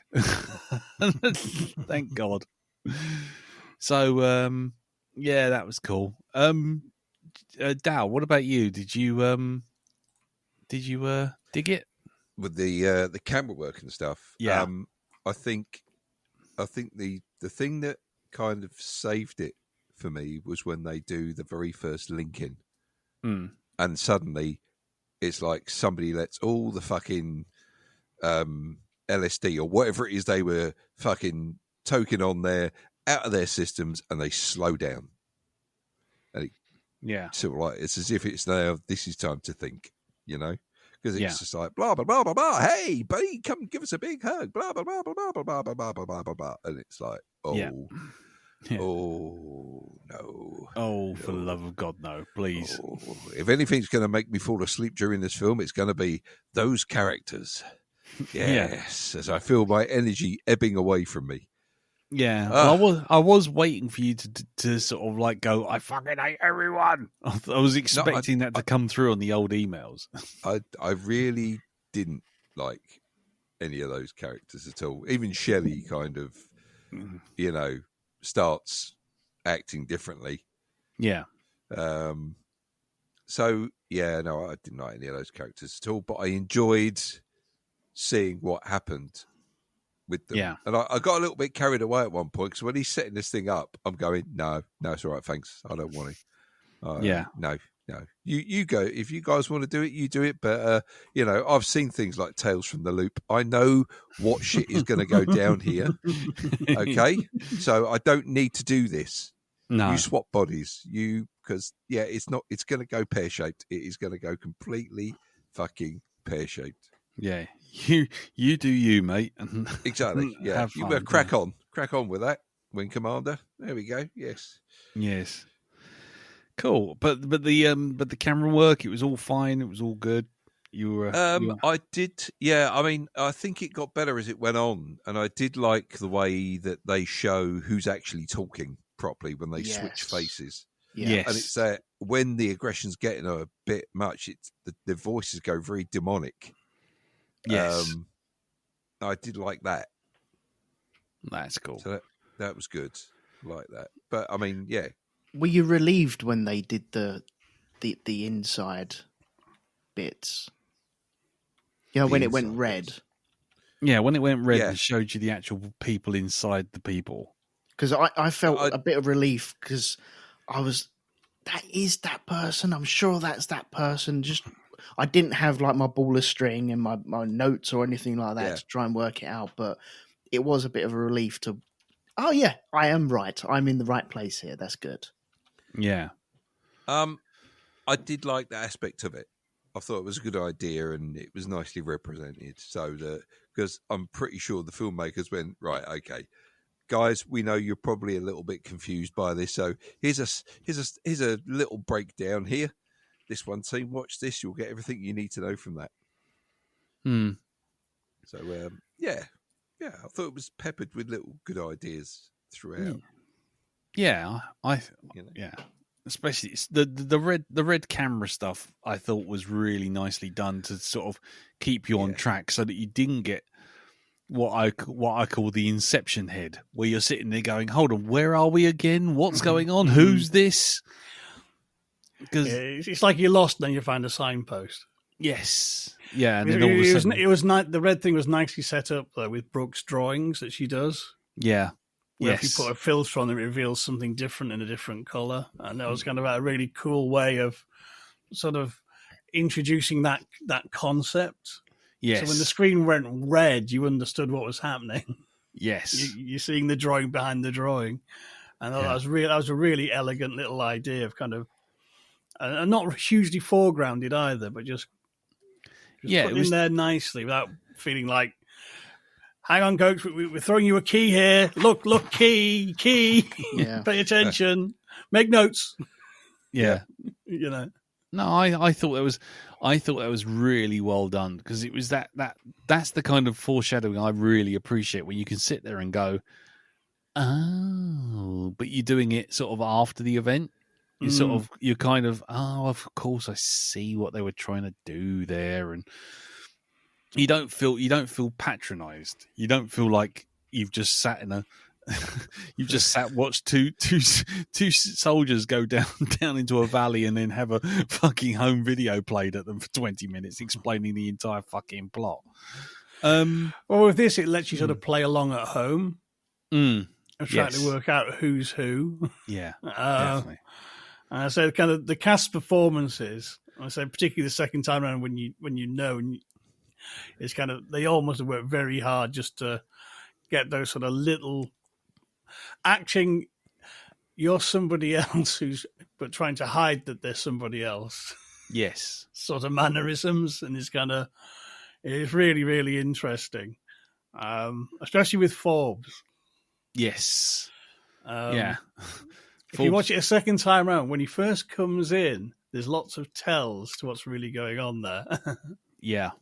Because I was going to say, because the one thing that they kind of really allude to all the way through from the very start, including with the black and white photo section, is that Forbes has a really fiery temper. Mm. And that's what got him basically fired, got him kicked out of school. And Forbes turns up in this, and you just think, well, okay, any second now it's all gonna kick off. And I was wondering if you guys were thinking the same, that you were going to end up with like, Forbes being ultra violent or something like this, because the film really kind of lays it on thick that he's got a real sort of attitude problem. And then when you suddenly see the sister later on sort of screaming and shouting at everyone in the car, and I suddenly went, oh, there's Forbes. There he is. I'll be honest, it had me. It done me. I should have seen it. And I'm really annoyed that I didn't see that. But I had fun with it when it actually told me. I was, oh man, when it landed. I knew there was something. I was waiting for something, and we watch these movies, and you're like, you kind of know that there's going to be something else. Yeah. But what happened is the story was telling its tale so well that I forgot about that. Yes. I was interested in what was happening at that moment instead of me pondering on what has just happened and does that mean something in the future. I was just in it at that moment. And I suppose, in my head, looking back on it when he comes in, it's not the Forbes you built up in the photos at all. No. But I didn't know that at the time. No, because you do that whole thing, because they try and throw you a red herring, which I really appreciate. They try and throw you a red herring with is it Daniel, the twitchy dude? Oh God, Cyrus. No, Dennis. Dennis. Oh yeah. The twitchy dude, and he goes, and he's like, they say like he started the fight at the party and all this sort of thing. So when you see him now and he's kind of calmed down a bit, even though he's still twitchy, you can go, oh well, maybe Forbes has moved on, and maybe he has. But then they keep bringing up that he's so bloody hair trigger and angry and everything, and I kept thinking, okay, is he going to kick off? Is it all going to kick off at some point? And then when you suddenly, like I say, then you suddenly see the car and there's the sister going, "Get out of the fucking way!" And then a lady gets out and fucking lamps her with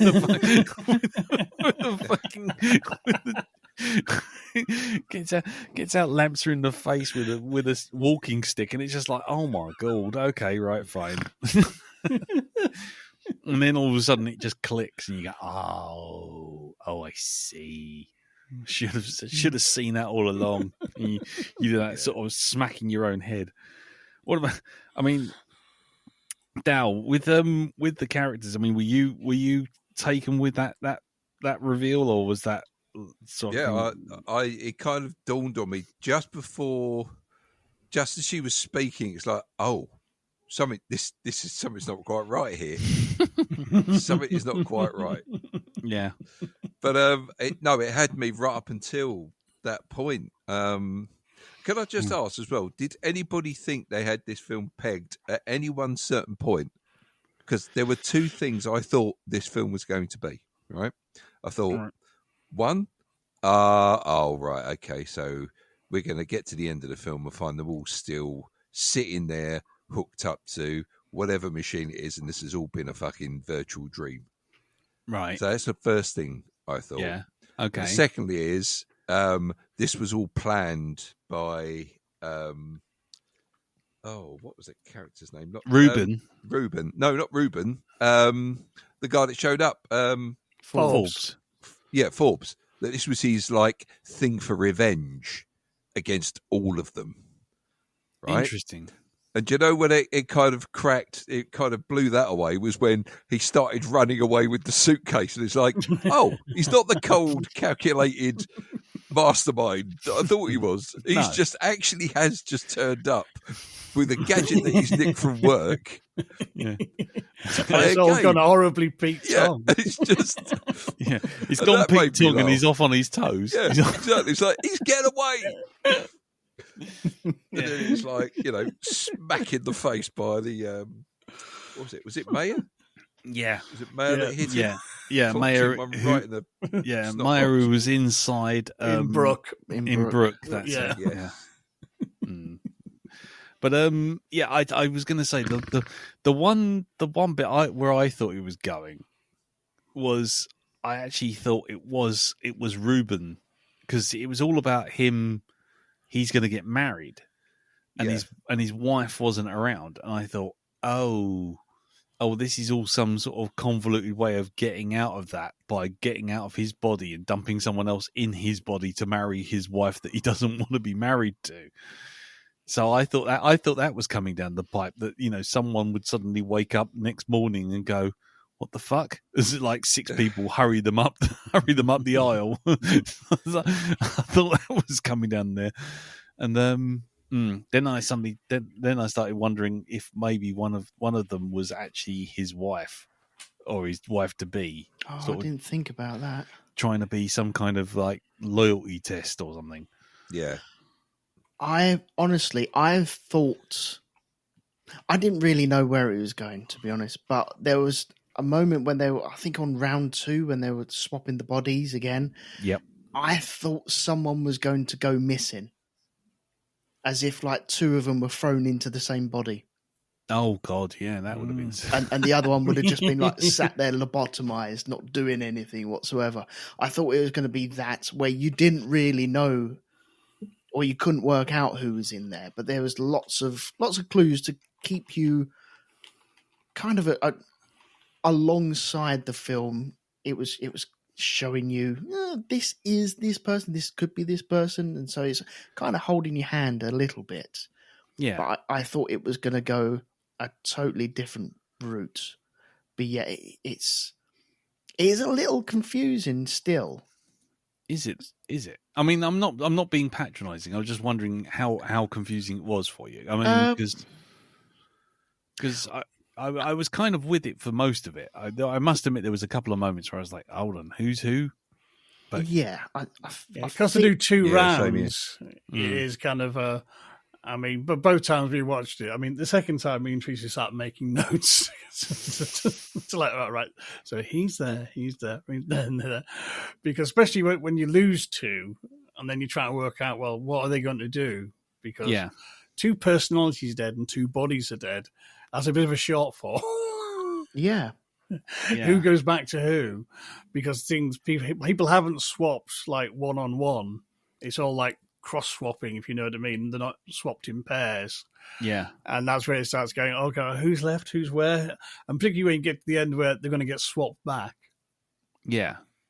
And you do have to, it is hard to know who's going to get swapped back to where for the final bit. Yeah. Oh, I mean, it's so twisted. It's yeah. But I mean, I think it always gives you just enough to keep you going, so you're not just lost. Yeah. And I think it's always it's always throwing something at you that's distracting you from the plot twist that's creeping up behind you. Yes. Yes. And it's really just beautifully paced the way it does it, because I think it anticipates when people are going to start putting things together, then can just distract you or throw a spanner in the works. And there's lots of just nice little reveals as well, like the theft of the money, which adds a whole different wrinkle to it. Like, oh, hang on, what? Hold on, he's run away with your cash. Yeah. Yeah. It's nice to see. I don't recognise any of these actors from anything. I don't know if you guys do or not, but to me, they're all fresh faces to me. And going into it, I think they are a group of fantastic actors, because I was the first round when you first meet them, you are kind of being analytic with them and trying to work out exactly what they are, and they all have like their little tropey type things, you know. Yeah, they're all rubbing me up the wrong way, especially Cyrus as well. The guy that plays Cyrus, he was so fucking irritating all the way through, but in different ways with everyone. Yes, and to do that all the way through, playing someone who's playing someone else is just it's incredible. I think. I think it was very well. That was very well done, because it was that whole thing of you're an irritating arsehole when you're in your own body, and when you're in someone else's body, you're even worse. Yeah. And then when someone's in your body, it's like, is it just your face? Do I just not like your face? Did any of the bodies swap sexes at all, or was it just boys into boys and girls into girls? No, he swapped it at the end. I've got a list of who was in whose body by the end of the film. Go on in, Darren's hold on. Darren's research corner. Go on in. Sorry, 1 minute. His research has gone out the window. It's a disaster. No, right. It says who ended up in whose body by the end of it. In the end, only Shelby and Cyrus returned to their own bodies, while Maya is switched into Brooke's body. Dennis is into Forbes. Whoa! Slow down. Maya's where? Right. So Maya goes into Brooke's body. Yep. Okay. Dennis is into Forbes' body. Yep. Beatrice is into Nikki's body. And then it's Nikki into Ruben's body. So they did kind of become one as a couple. She's like, what the fuck? So, yeah. Hold on. What? Right. Hang on. So Shelby and Cyrus are the only two that get back into their own bodies. Okay. Right? The couple we saw at the very start of the film. Yeah. Exactly. Dennis's body is dead. Right. No. Dennis's personality is alive. Yes. But his body is dead, right? Yeah, so I just said that. Maya is switched into Brooke's body. Because her body is dead. Yep. Maya's dead. Dennis is into Forbes' body. Yep. Right. That's cool. We're with you so far. Forbes, who was Forbes was the if wet Adam Driver. Yep. Go on. Yep. Well, the guy who looked like the guy from was it Sonny with a Chance of Meatballs? Him. He looked like that character from there, right? Yeah. Which I love that film. I'm sorry, I don't care what anybody thinks. I love that film, especially for the copper. Would. Yeah, exactly. Nope, not going. You get back in there, Tears. So Maya at the Brooks body, Dennis into Forbes's body, Beatrice into Nikki's body, and Nikki into Ruben's body. Yep. So Nikki ends up in Ruben's body. So Yep. so really, Nikki ends up marrying. Yep, they end up together. Ruben's Well, no. wife. Ruben isn't marrying Nikki. Ruben's marrying Sophia, who's not there. Yeah, but Nikki ends up Was marrying he? Sophia. Yeah, he was marrying someone who wasn't there. Yeah. Ruben, Oh, right. someone who missed not appearing in any shot Yes. apart from a couple of photos. Oh, no, Okay. she appears at the end when Beatrice comes through the garden. You can see her crying. Oh yeah. That's it, Because sitting there Nikki's in Ruben's body and she's fucked off to Of somewhere course. unknown. bloody hellfire. Yeah. God damn you, second watch. I haven't had you yet. Ah. Yeah, I think it does deserve a second. This is definitely going to get a second watch, I think, this one. Yeah, I'm going to try and set Ree down to watch this and go, no, you got to see this. yeah, definitely. This will fuck with your head. I genuinely thought it was a bloody good film. I was genuinely quite impressed with it. But Yep. yeah. So in the end, let's just get this right. So in the end, Ruben's personality died in Dennis's body, Yeah. Yep. and Maya's body died with Brooks' personality Brooks' personality. in it. Yep. So where did Forbes go? Forbes was in Beatrice's body. He was in The Sister. Yeah, Oh, he was in the sister. He was But in the where sister. did? So the sister at the end, who did she jump into? It was She jumped Into into Nikki. Nikki. Into Yeah. That's Nikki. right. Yeah, into Nikki's body. That was it. Yeah. Yes. Bloody hellfire. So how was the cash taken then? Well, it was when Beatrice / Forbes was in Dennis's body on the quiet The in first round time. one. Yeah, in round one. And when Cyrus in Ruben's body comes across him, he's just looking at Dennis's phone. And that's when he transferred the money. Yeah. Looks at his phone. Oh, you rich little bastard. I'll have that. See, that would be my first thing. It'd be like, right, okay, let's all put our phones away because we can all unlock each other's phones once we have our faces. Yep. So maybe let's all put them in a box.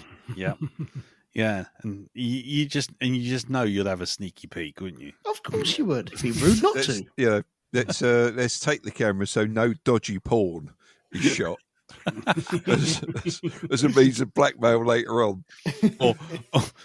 Or for the bank. Mm. You fit how many Murray mints up my ass? That bit when Nikki's body, I forget who is in it. When she comes Shelby. in, yeah, and she's made that video, and she's just about to post it on there. Oh yeah. And I think Black Lives Matter is Anybody overrated bored of now, this isn't Black it? Lives Matter? Oh my god. Speaking of which, there was that one line comes out of let's see, who was the character? I think it was Dennis. Right. Yeah, it was Dennis who said, "Well, if I go into Ruben's body, does that mean to say I can say the N-word?" Oh god. Yeah. Yeah. There goes my white privilege. Jesus. Oh, it's so well written. It's so well written. I really was impressed by the whole thing. I was completely sideswiped by this. This is one of those lovely little hidden gems where you're sitting there going, I was not expecting that. I really wasn't. Yeah. I mean, especially since it's a Netflix film as well, which, let's be honest, lowest common denominator from the bloody get-go normally. Yeah. These are few and far between on streaming services, aren't they? Oh God, yeah, yeah. They paid a new director top dollar to make a fucking film with a small cast. I mean, it's just clever. It's really clever, especially when you see what the director's done before. It's like, oh my god. The only thing that really confused me, though, is that they would swap the bodies and then all go their separate ways. I don't know if that would be a thing that, if you had the opportunity to swap bodies, why would you all just disappear as if like something's exploded in a room and sent you all through different doors? Because they all just seem to disappear and then reconvene for the end of round 1 or round 2. Yeah, well, they're all perving it up, really, aren't they? That was the whole point. I've got wasn't tits. Great. Yes. I will be outside, and nobody should disturb me for at least 20 minutes. Thank you. I mean, that was the first thing I noticed was, or at least I thought I'd noticed, but obviously I was wrong. I thought when they switched back in round 1, once they finished round 1, and they did the switchback, I honestly thought that some of them hadn't switched back correctly. Mm-hmm. I was waiting for that shoe to drop. That like Forbes had, deliberately fucked it up, so one or two of them were still in different bodies. But then I'm kind of glad they didn't, because that would have actually blown my tiny mind, and I wouldn't have been able to follow it at all. Well, it's confusing enough. Forbes kind of colludes with Cyrus to pretend that they're actually not where they're supposed to be. And it is just and it is just kind of, why is Forbes doing this? But that's where you get the kind of, he's not to be trusted, but also kind of how dangerous this can get out of control. Yeah. It's also rather interesting insofar as it kind of raises a kind of weird metaphysical question in the end. If you are you in your head, but outwardly you're not you, and then there's that whole thing of, well, would you actually fall for your partner if they were in a different body but with the same person? In which case, what's going on there? Does it that whole weird thing of, are you cheating on the body, or are you cheating on the soul, sort of thing? Well, it's that thing of kind of when Cyrus gets, especially what we'll later find out is his dream come true, which is kind of like Shelby in Nikki's body. That's the answer to his great dilemma. He can't go through it because he gets paranoid. You go, well, are you turned on by me, or are you turned on by Forbes' body? Yeah. And it's kind of, on one hand, you go, oh, fucking Cyrus, you're a worm of a man. You're a terrible person. But at the same time, I can understand how that would be really weird. Yeah. You know what I mean? It's one of the things, on paper sounds amazing. In reality, we kind of, oh, gee, what am I doing? I don't understand. No. Yeah. It would be really, really bizarre, and say kind of so many ethical questions which there's no answer to, because no one's ever had to do this before. So far. So when Cyrus ended up in jail, and you see Shelby talking to Cyrus while he's in prison, but he's the one that phoned the police. Who? Dennis was the one who phoned the police in Cyrus's body. Right, yeah, that's what I wanted to know. Who was in Cyrus's body when the police were phoned? Dennis, because he was stuck in the body. But his body was dead. Yes. Right. Yeah. Happy to help. Yeah. What were you going to say, Dal? Because you were going to pipe in about the... No, it's all right. I was No, that's fine. That's fine. Yeah. It's the whole thing of, you asked about, if you still love this person, if their personality is inside another body. I think that's the ultimate mark of love, because you should be falling for the person, because, the body ages, it fades, but the personality should still be there. So if you say you love someone, the whole question is, do you love someone, or are you in lust with them? Which means that's a very physical thing. So you're only going to be really interested in the physical form. But if you actually love somebody because of who they are, then it's that whole thing of, if I was disfigured, would you still love me? And it's like, yes, I would, darling. And this is kind of here's the metaphysical question then. So you and Ree go to this quiz thing, and Stephen Hawking is there, and she gets transferred into Stephen Hawking. Then it becomes awkward, but still would though, wouldn't you? Well, you know, it saves a fortune on fucking Uber. You know, there's as long as the battery works. There's whole kinds of advantages like parking at Tesco's Darren. and stuff like that. No, but I am being humorous when I say that, people. I really am. You know, Not there. You get tired of them, you can always roll them into a cupboard and shut the door. No. Anyway. Press the mute button. Exactly, yeah.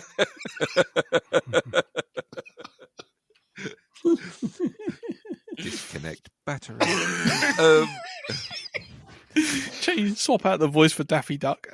Yeah. Needed the batteries for the Wii remote. Yeah. There is also another ethical question, of course.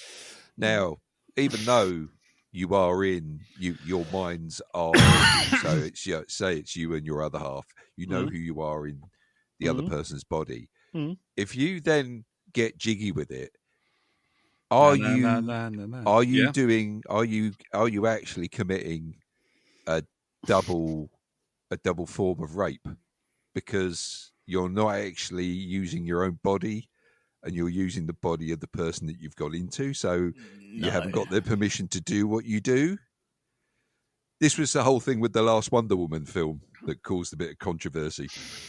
Okay, in this, the way I see it is you're playing the game, so you give them permission to play the game. And if you're going to go off for some knack-knacks, then okay, fine. Knack-knacks? Yeah, knack-knacks.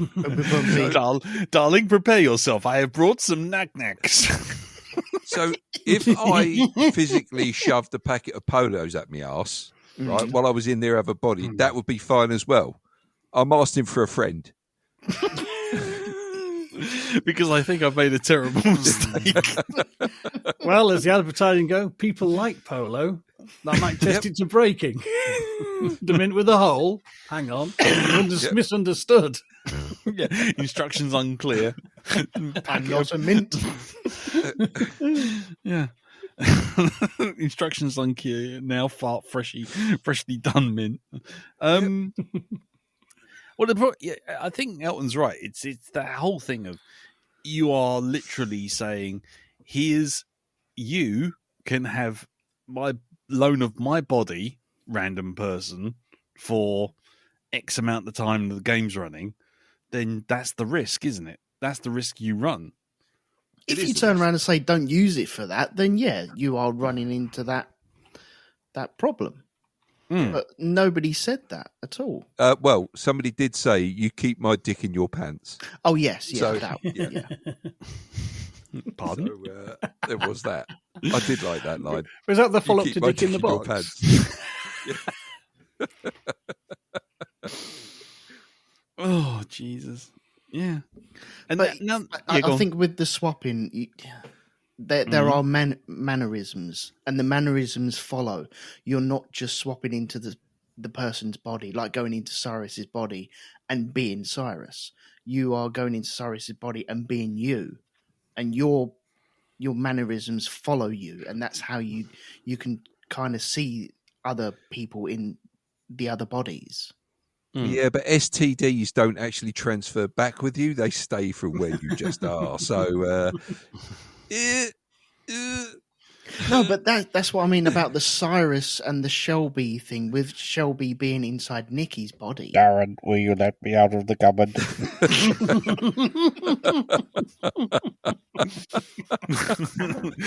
I'm still in here. You didn't press mute.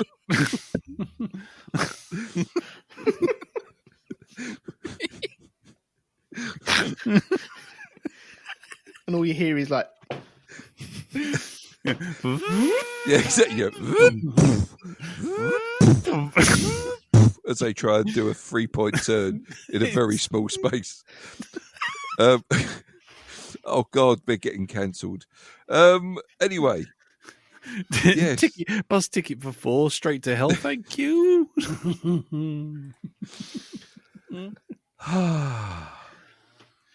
Yes, sorry. Carry on. Let's face it. Anybody of good moral standing never listened to this podcast. Anyone of good moral standing wouldn't even go near it. No, 5 minutes in. I think we're fine. Yeah, at this point. Yeah, if you listen to 209 episodes of this season and 400 of the season before, and you're still here, I don't think you've got a moral leg to stand on, listener. No, you're complicit. That's what you are. Yeah, you're going down with us. You've enabled us. I'll tell you what, even though we are all on the fiery speedboat to hell on the river of molten lava with their hair on fire, yep, you're driving. That's what you are. Yes. Listener. Yeah, you enabled us. You bought the ticket for this ride. Yes, we are victim blaming at this point. Indeed. Anyway. You can't listen to 600 episodes and go, well, I had to make sure, officer. Honestly, I never enjoyed anything I listened to. Yeah, I was listening purely for the moral outrage. Anyway. Yep. Oh, yeah. Right, so, apart from that...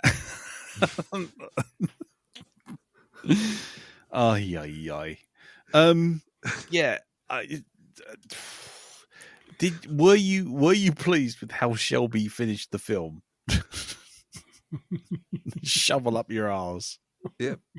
It's a great last line. It is. It's an absolute. It's up there with banger. "We'll always have parrots." Paris. Always have parrots. I like the original. You will always have parrots. Yes. All I've got to do is say that 2 more times and I own it. So, yeah. We'll always have parrots. We'll always have parrots. There you go. It's mine now. Oh, yeah. Right. Well, that's a good question. Does Cyrus deserve going down for double homicide? Yeah. I mean, of all the loathsome characters in the whole film, the one who asks his girlfriend to wear a wig, and you don't realize how creepy that is until later on. Yeah, I know. Well, on the second watch, my skin was crawling, knowing what it all meant. It's going, you horrible turd of a man. That's ghastly. Exactly. Yeah, that Cyrus was a bit of a wanker, wasn't he? Yeah, quite literally. Jenny Jack's gangbang. Don't Google that. You won't find it. Oh, good try. Good research, Jim. Really, Jim? I'm asking for a friend. But it was really interesting because she had already sussed it. That was the other thing, that Brooke had already sussed that, and so she was kind of willing to go ahead with it. And she turns up, and let's be honest, she's an attractive girl. She's rocked up in this blonde wig, and she's all ready to go. And he's sitting there, half lob, going, "Oh, monkey." It's like someone's trying to ask him to do fucking calculus in his head, and then he just drivels on, and he's like, "Oh, you are the most repellent, loathsome dick of a human being." And then as the film goes on, it's just like, oh my God. Then he realizes he can cop off with Maya inside what's its body. In Nikki's body, yeah. And then he's in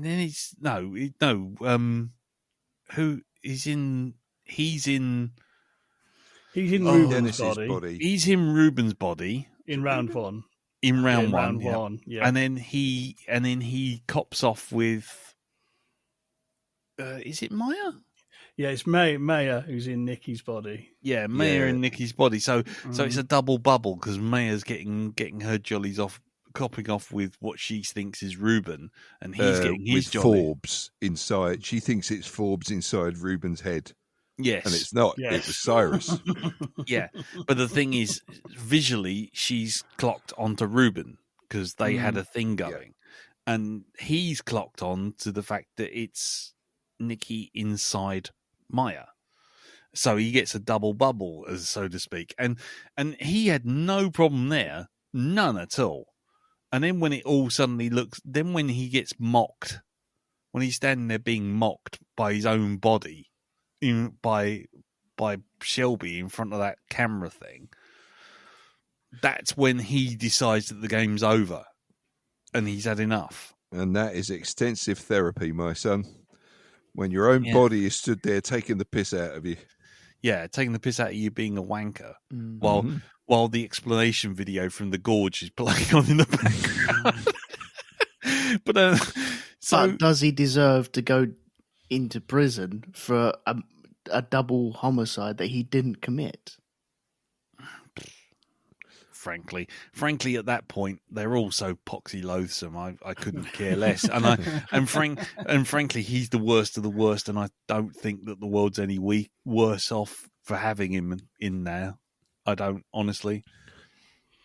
In fact, I was by the end, I was kind of celebrating Beatrice's kind of getting her own back on all of them, because although Kleenex were pretty surprised when their share prices started going down a bit. The sales went kind of dropped off.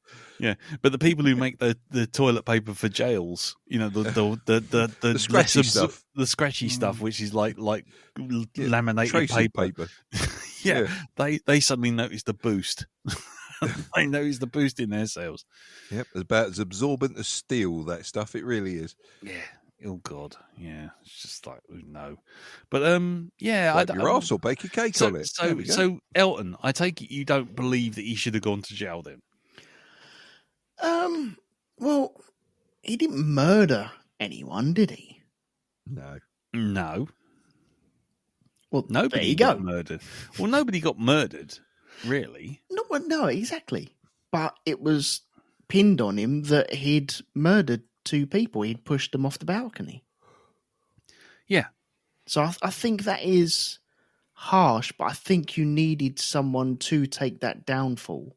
And I think he is the character that is most deserving of the downfall, especially when you got Shelby on the other side of the glass, just kind of grinning it up without grinning. Yeah. Going, stick that in a shovel and stuff it up your arse. Yeah. But yeah, I mean, he reaped what he sowed, really. I mean, he was, he wanted to get his dick wet 3 times in that film. And each time it wasn't with the person he was with. And each time it's when he could get away with it. The game was fine and fun and we should do this. And then when it all went wrong and he got mocked and he was on the wrong side of it. Oh no, suddenly he's the moral police. Mm-hmm. And it's like, no, he just fuck off, you incel twat. Just get fucked. I mean, seriously.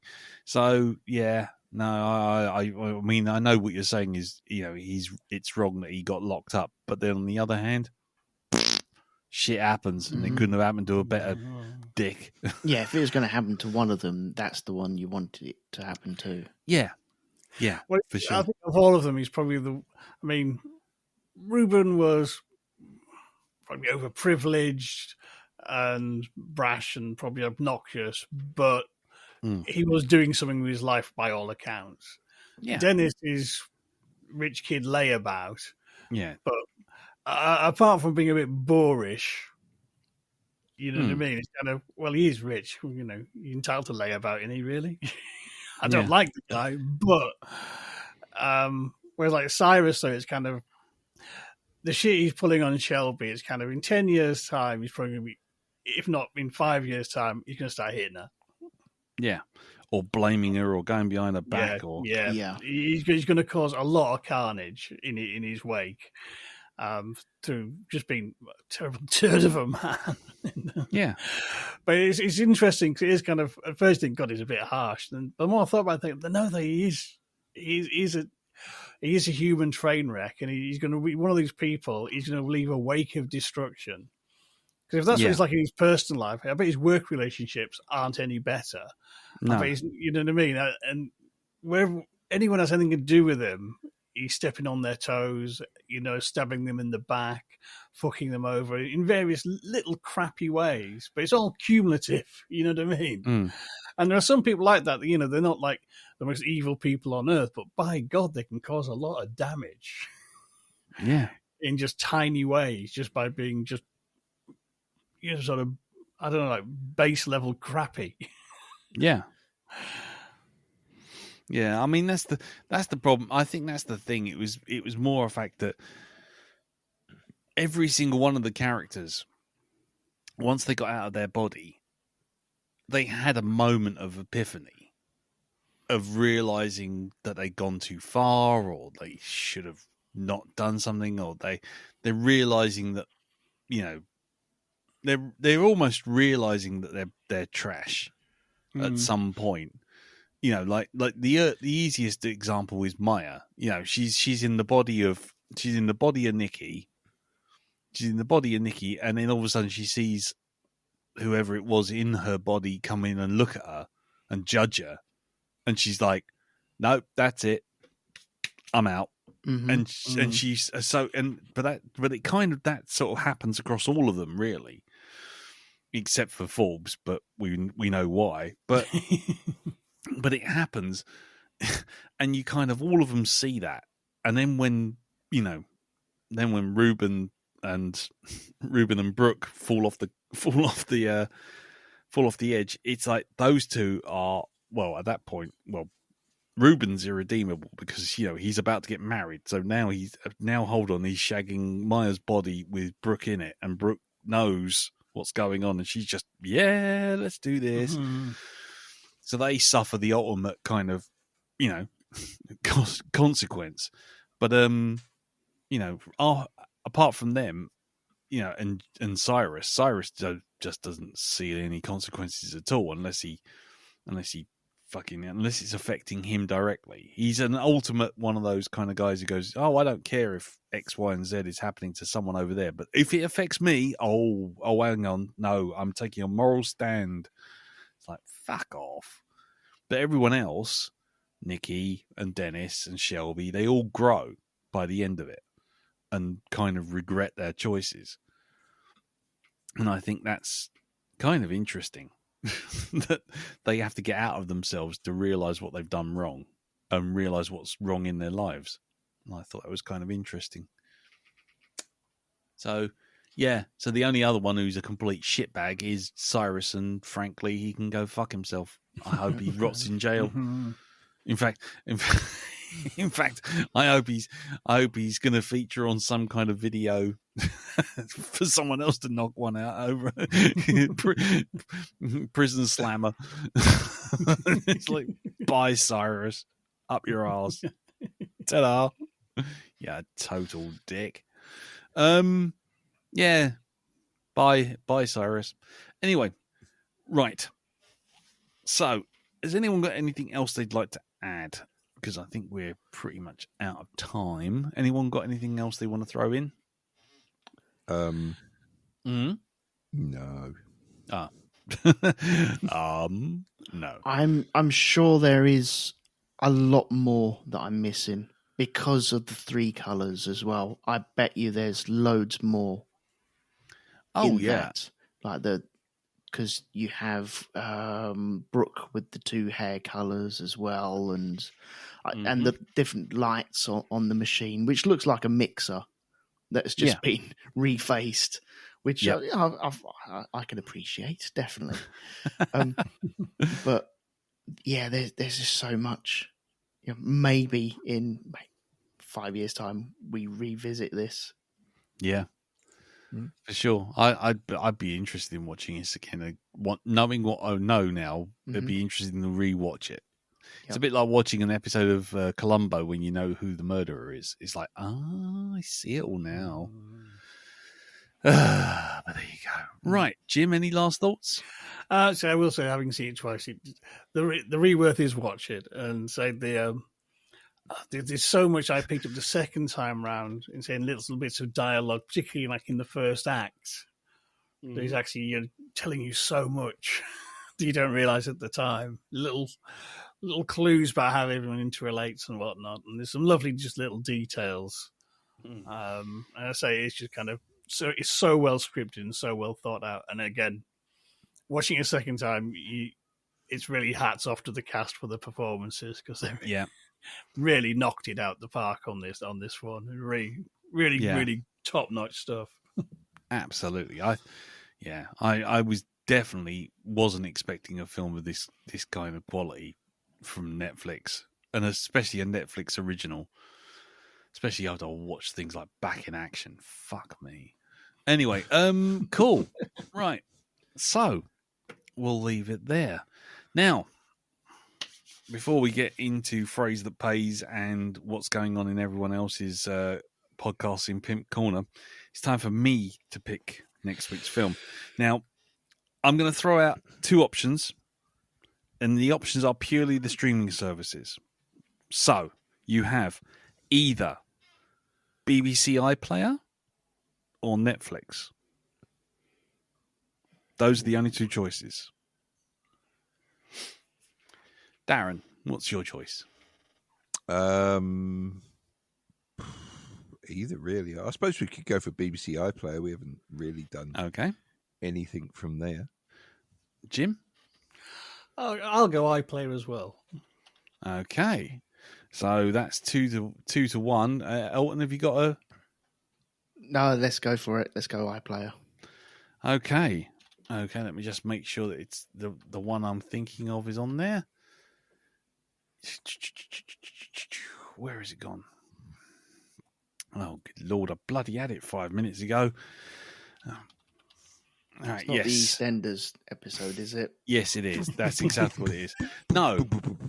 So, ladies and gentlemen, we are going to be watching a film. I'm glad you picked iPlayer, really. The one on Netflix is a good film, but I've not seen this one that's on iPlayer, so I have no idea what we're getting ourselves into. This movie is 2014. It's from New Zealand. And beyond the fact that someone who I worked with once saw it and told me that it was a very good film, I have literally zero information on it. So when it came up on iPlayer, I thought, I will store that for next time because I can go in completely blind. So I'm going to tell you that this film is 2014. I have no idea what it's about beyond the fact that apparently it's from New Zealand, has a slight dash of comedy in it, slight dash of horror in it, and it's called Housebound. Housebound? Yes.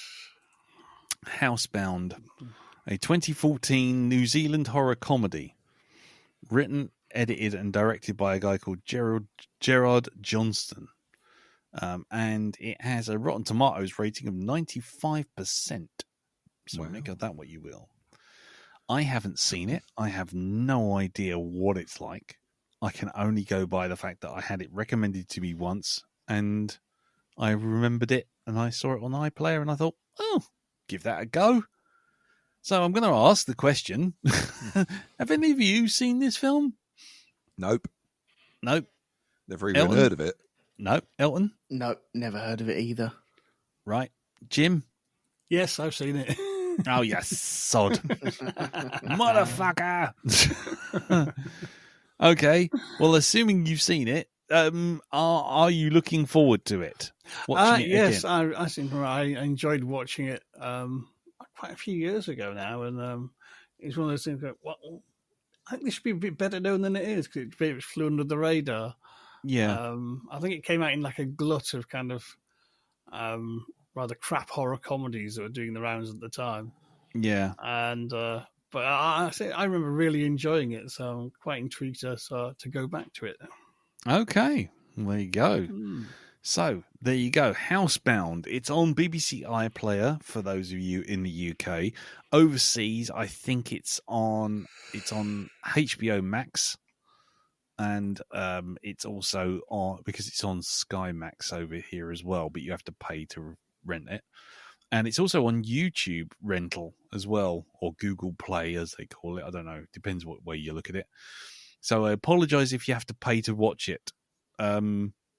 If not, try and get a VPN and watch it on iPlayer, BBC iPlayer. It's free for a year. So there you go.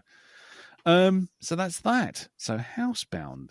We will see what that's like next week. Right, so now we need the phrase that pays, I guess. Hawkins in a cupboard. Hawkins in a cupboard. There you go. So there you go. Hawkins in a cupboard, I know. I left your audio on. Darren, let me out. Darren, let me out.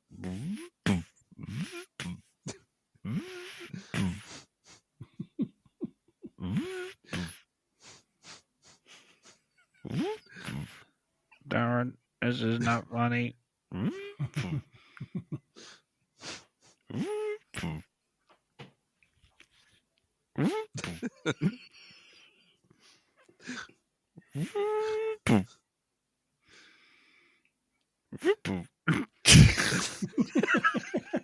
Sorry, I was just wondering how long I can keep that going for. Yeah, there you go. Hawkins in a cupboard. And we'll leave it there. So let's move on to Pimp's Corner. Jim, what's going on in Hypnocoria land? Well, this weekend I released an episode on the new Wolfman film and examining its place in Wolfman film history. Mm-hmm. And this weekend I've got a classic haunted house story from Mr. Algernon Blackwood coming. Nice. And Elton? Oh, God. I'm trying to think now. I've recorded stuff for Band of Brothers podcast and Grand Prix podcast. When they come out, I do not know. Right. Brilliant. You're welcome. Nice. Cool. Oakley dokley. Well, that's that then. That's it from us. If you want to send any feedback in, then by all means do so. You can send it into the Facebook group. Though, as I'm starting to notice, there are more and more people starting to leave Facebook as general, not just the group, just leaving Facebook. So God knows what's happening with Facebook right now. I barely go on it, but except for the podcast. So you guys are the only reason I'm coming back to Facebook. You can leave feedback on the Facebook group, and you can leave it underneath the episode, or you can send us in an email to feedback@blackdogpodcast.com, or you can hit me up on direct message like Alan Wilby did the other day, and yes, you can do that on Blue Sky. My DMs are open, and I'm at cartoonbeardy.bsky.social. And yeah, feel free to follow me or, send me a DM or whatever. And we will read it out on the podcast if it's appropriate. I have actually been enjoying Blue Sky. I've got to say, I've been using it. Yeah, thanks for those block lists. Oh God, yeah. Oh God, yeah. The block lists make the difference. Oh God, yes, very much so. Yes. So do check that out. If anyone does want the block lists, I can always supply them to you. If you hit me up on Blue Sky, I'll send you my moderation lists. You will find them most useful. Right. And that is that. So thank you very much for listening. Thank you, Jim. Thank you, Darren. Thank you, Elton. No problem. My pleasure. And we will see you all next week when we will be housebound. Until then, take care. Tatty bye. Bye-bye. Bye-bye. Ta-da. Darren, I am still stuck in the cupboard. There's a voice that keeps on calling me. Down the road, it's where I'll always be. Every stop I make a new friend. Can't stay for long, just turn around and I'm gone again. Maybe tomorrow I'll want to settle down. Until tomorrow, I'll just keep moving on. I already came for a kebab.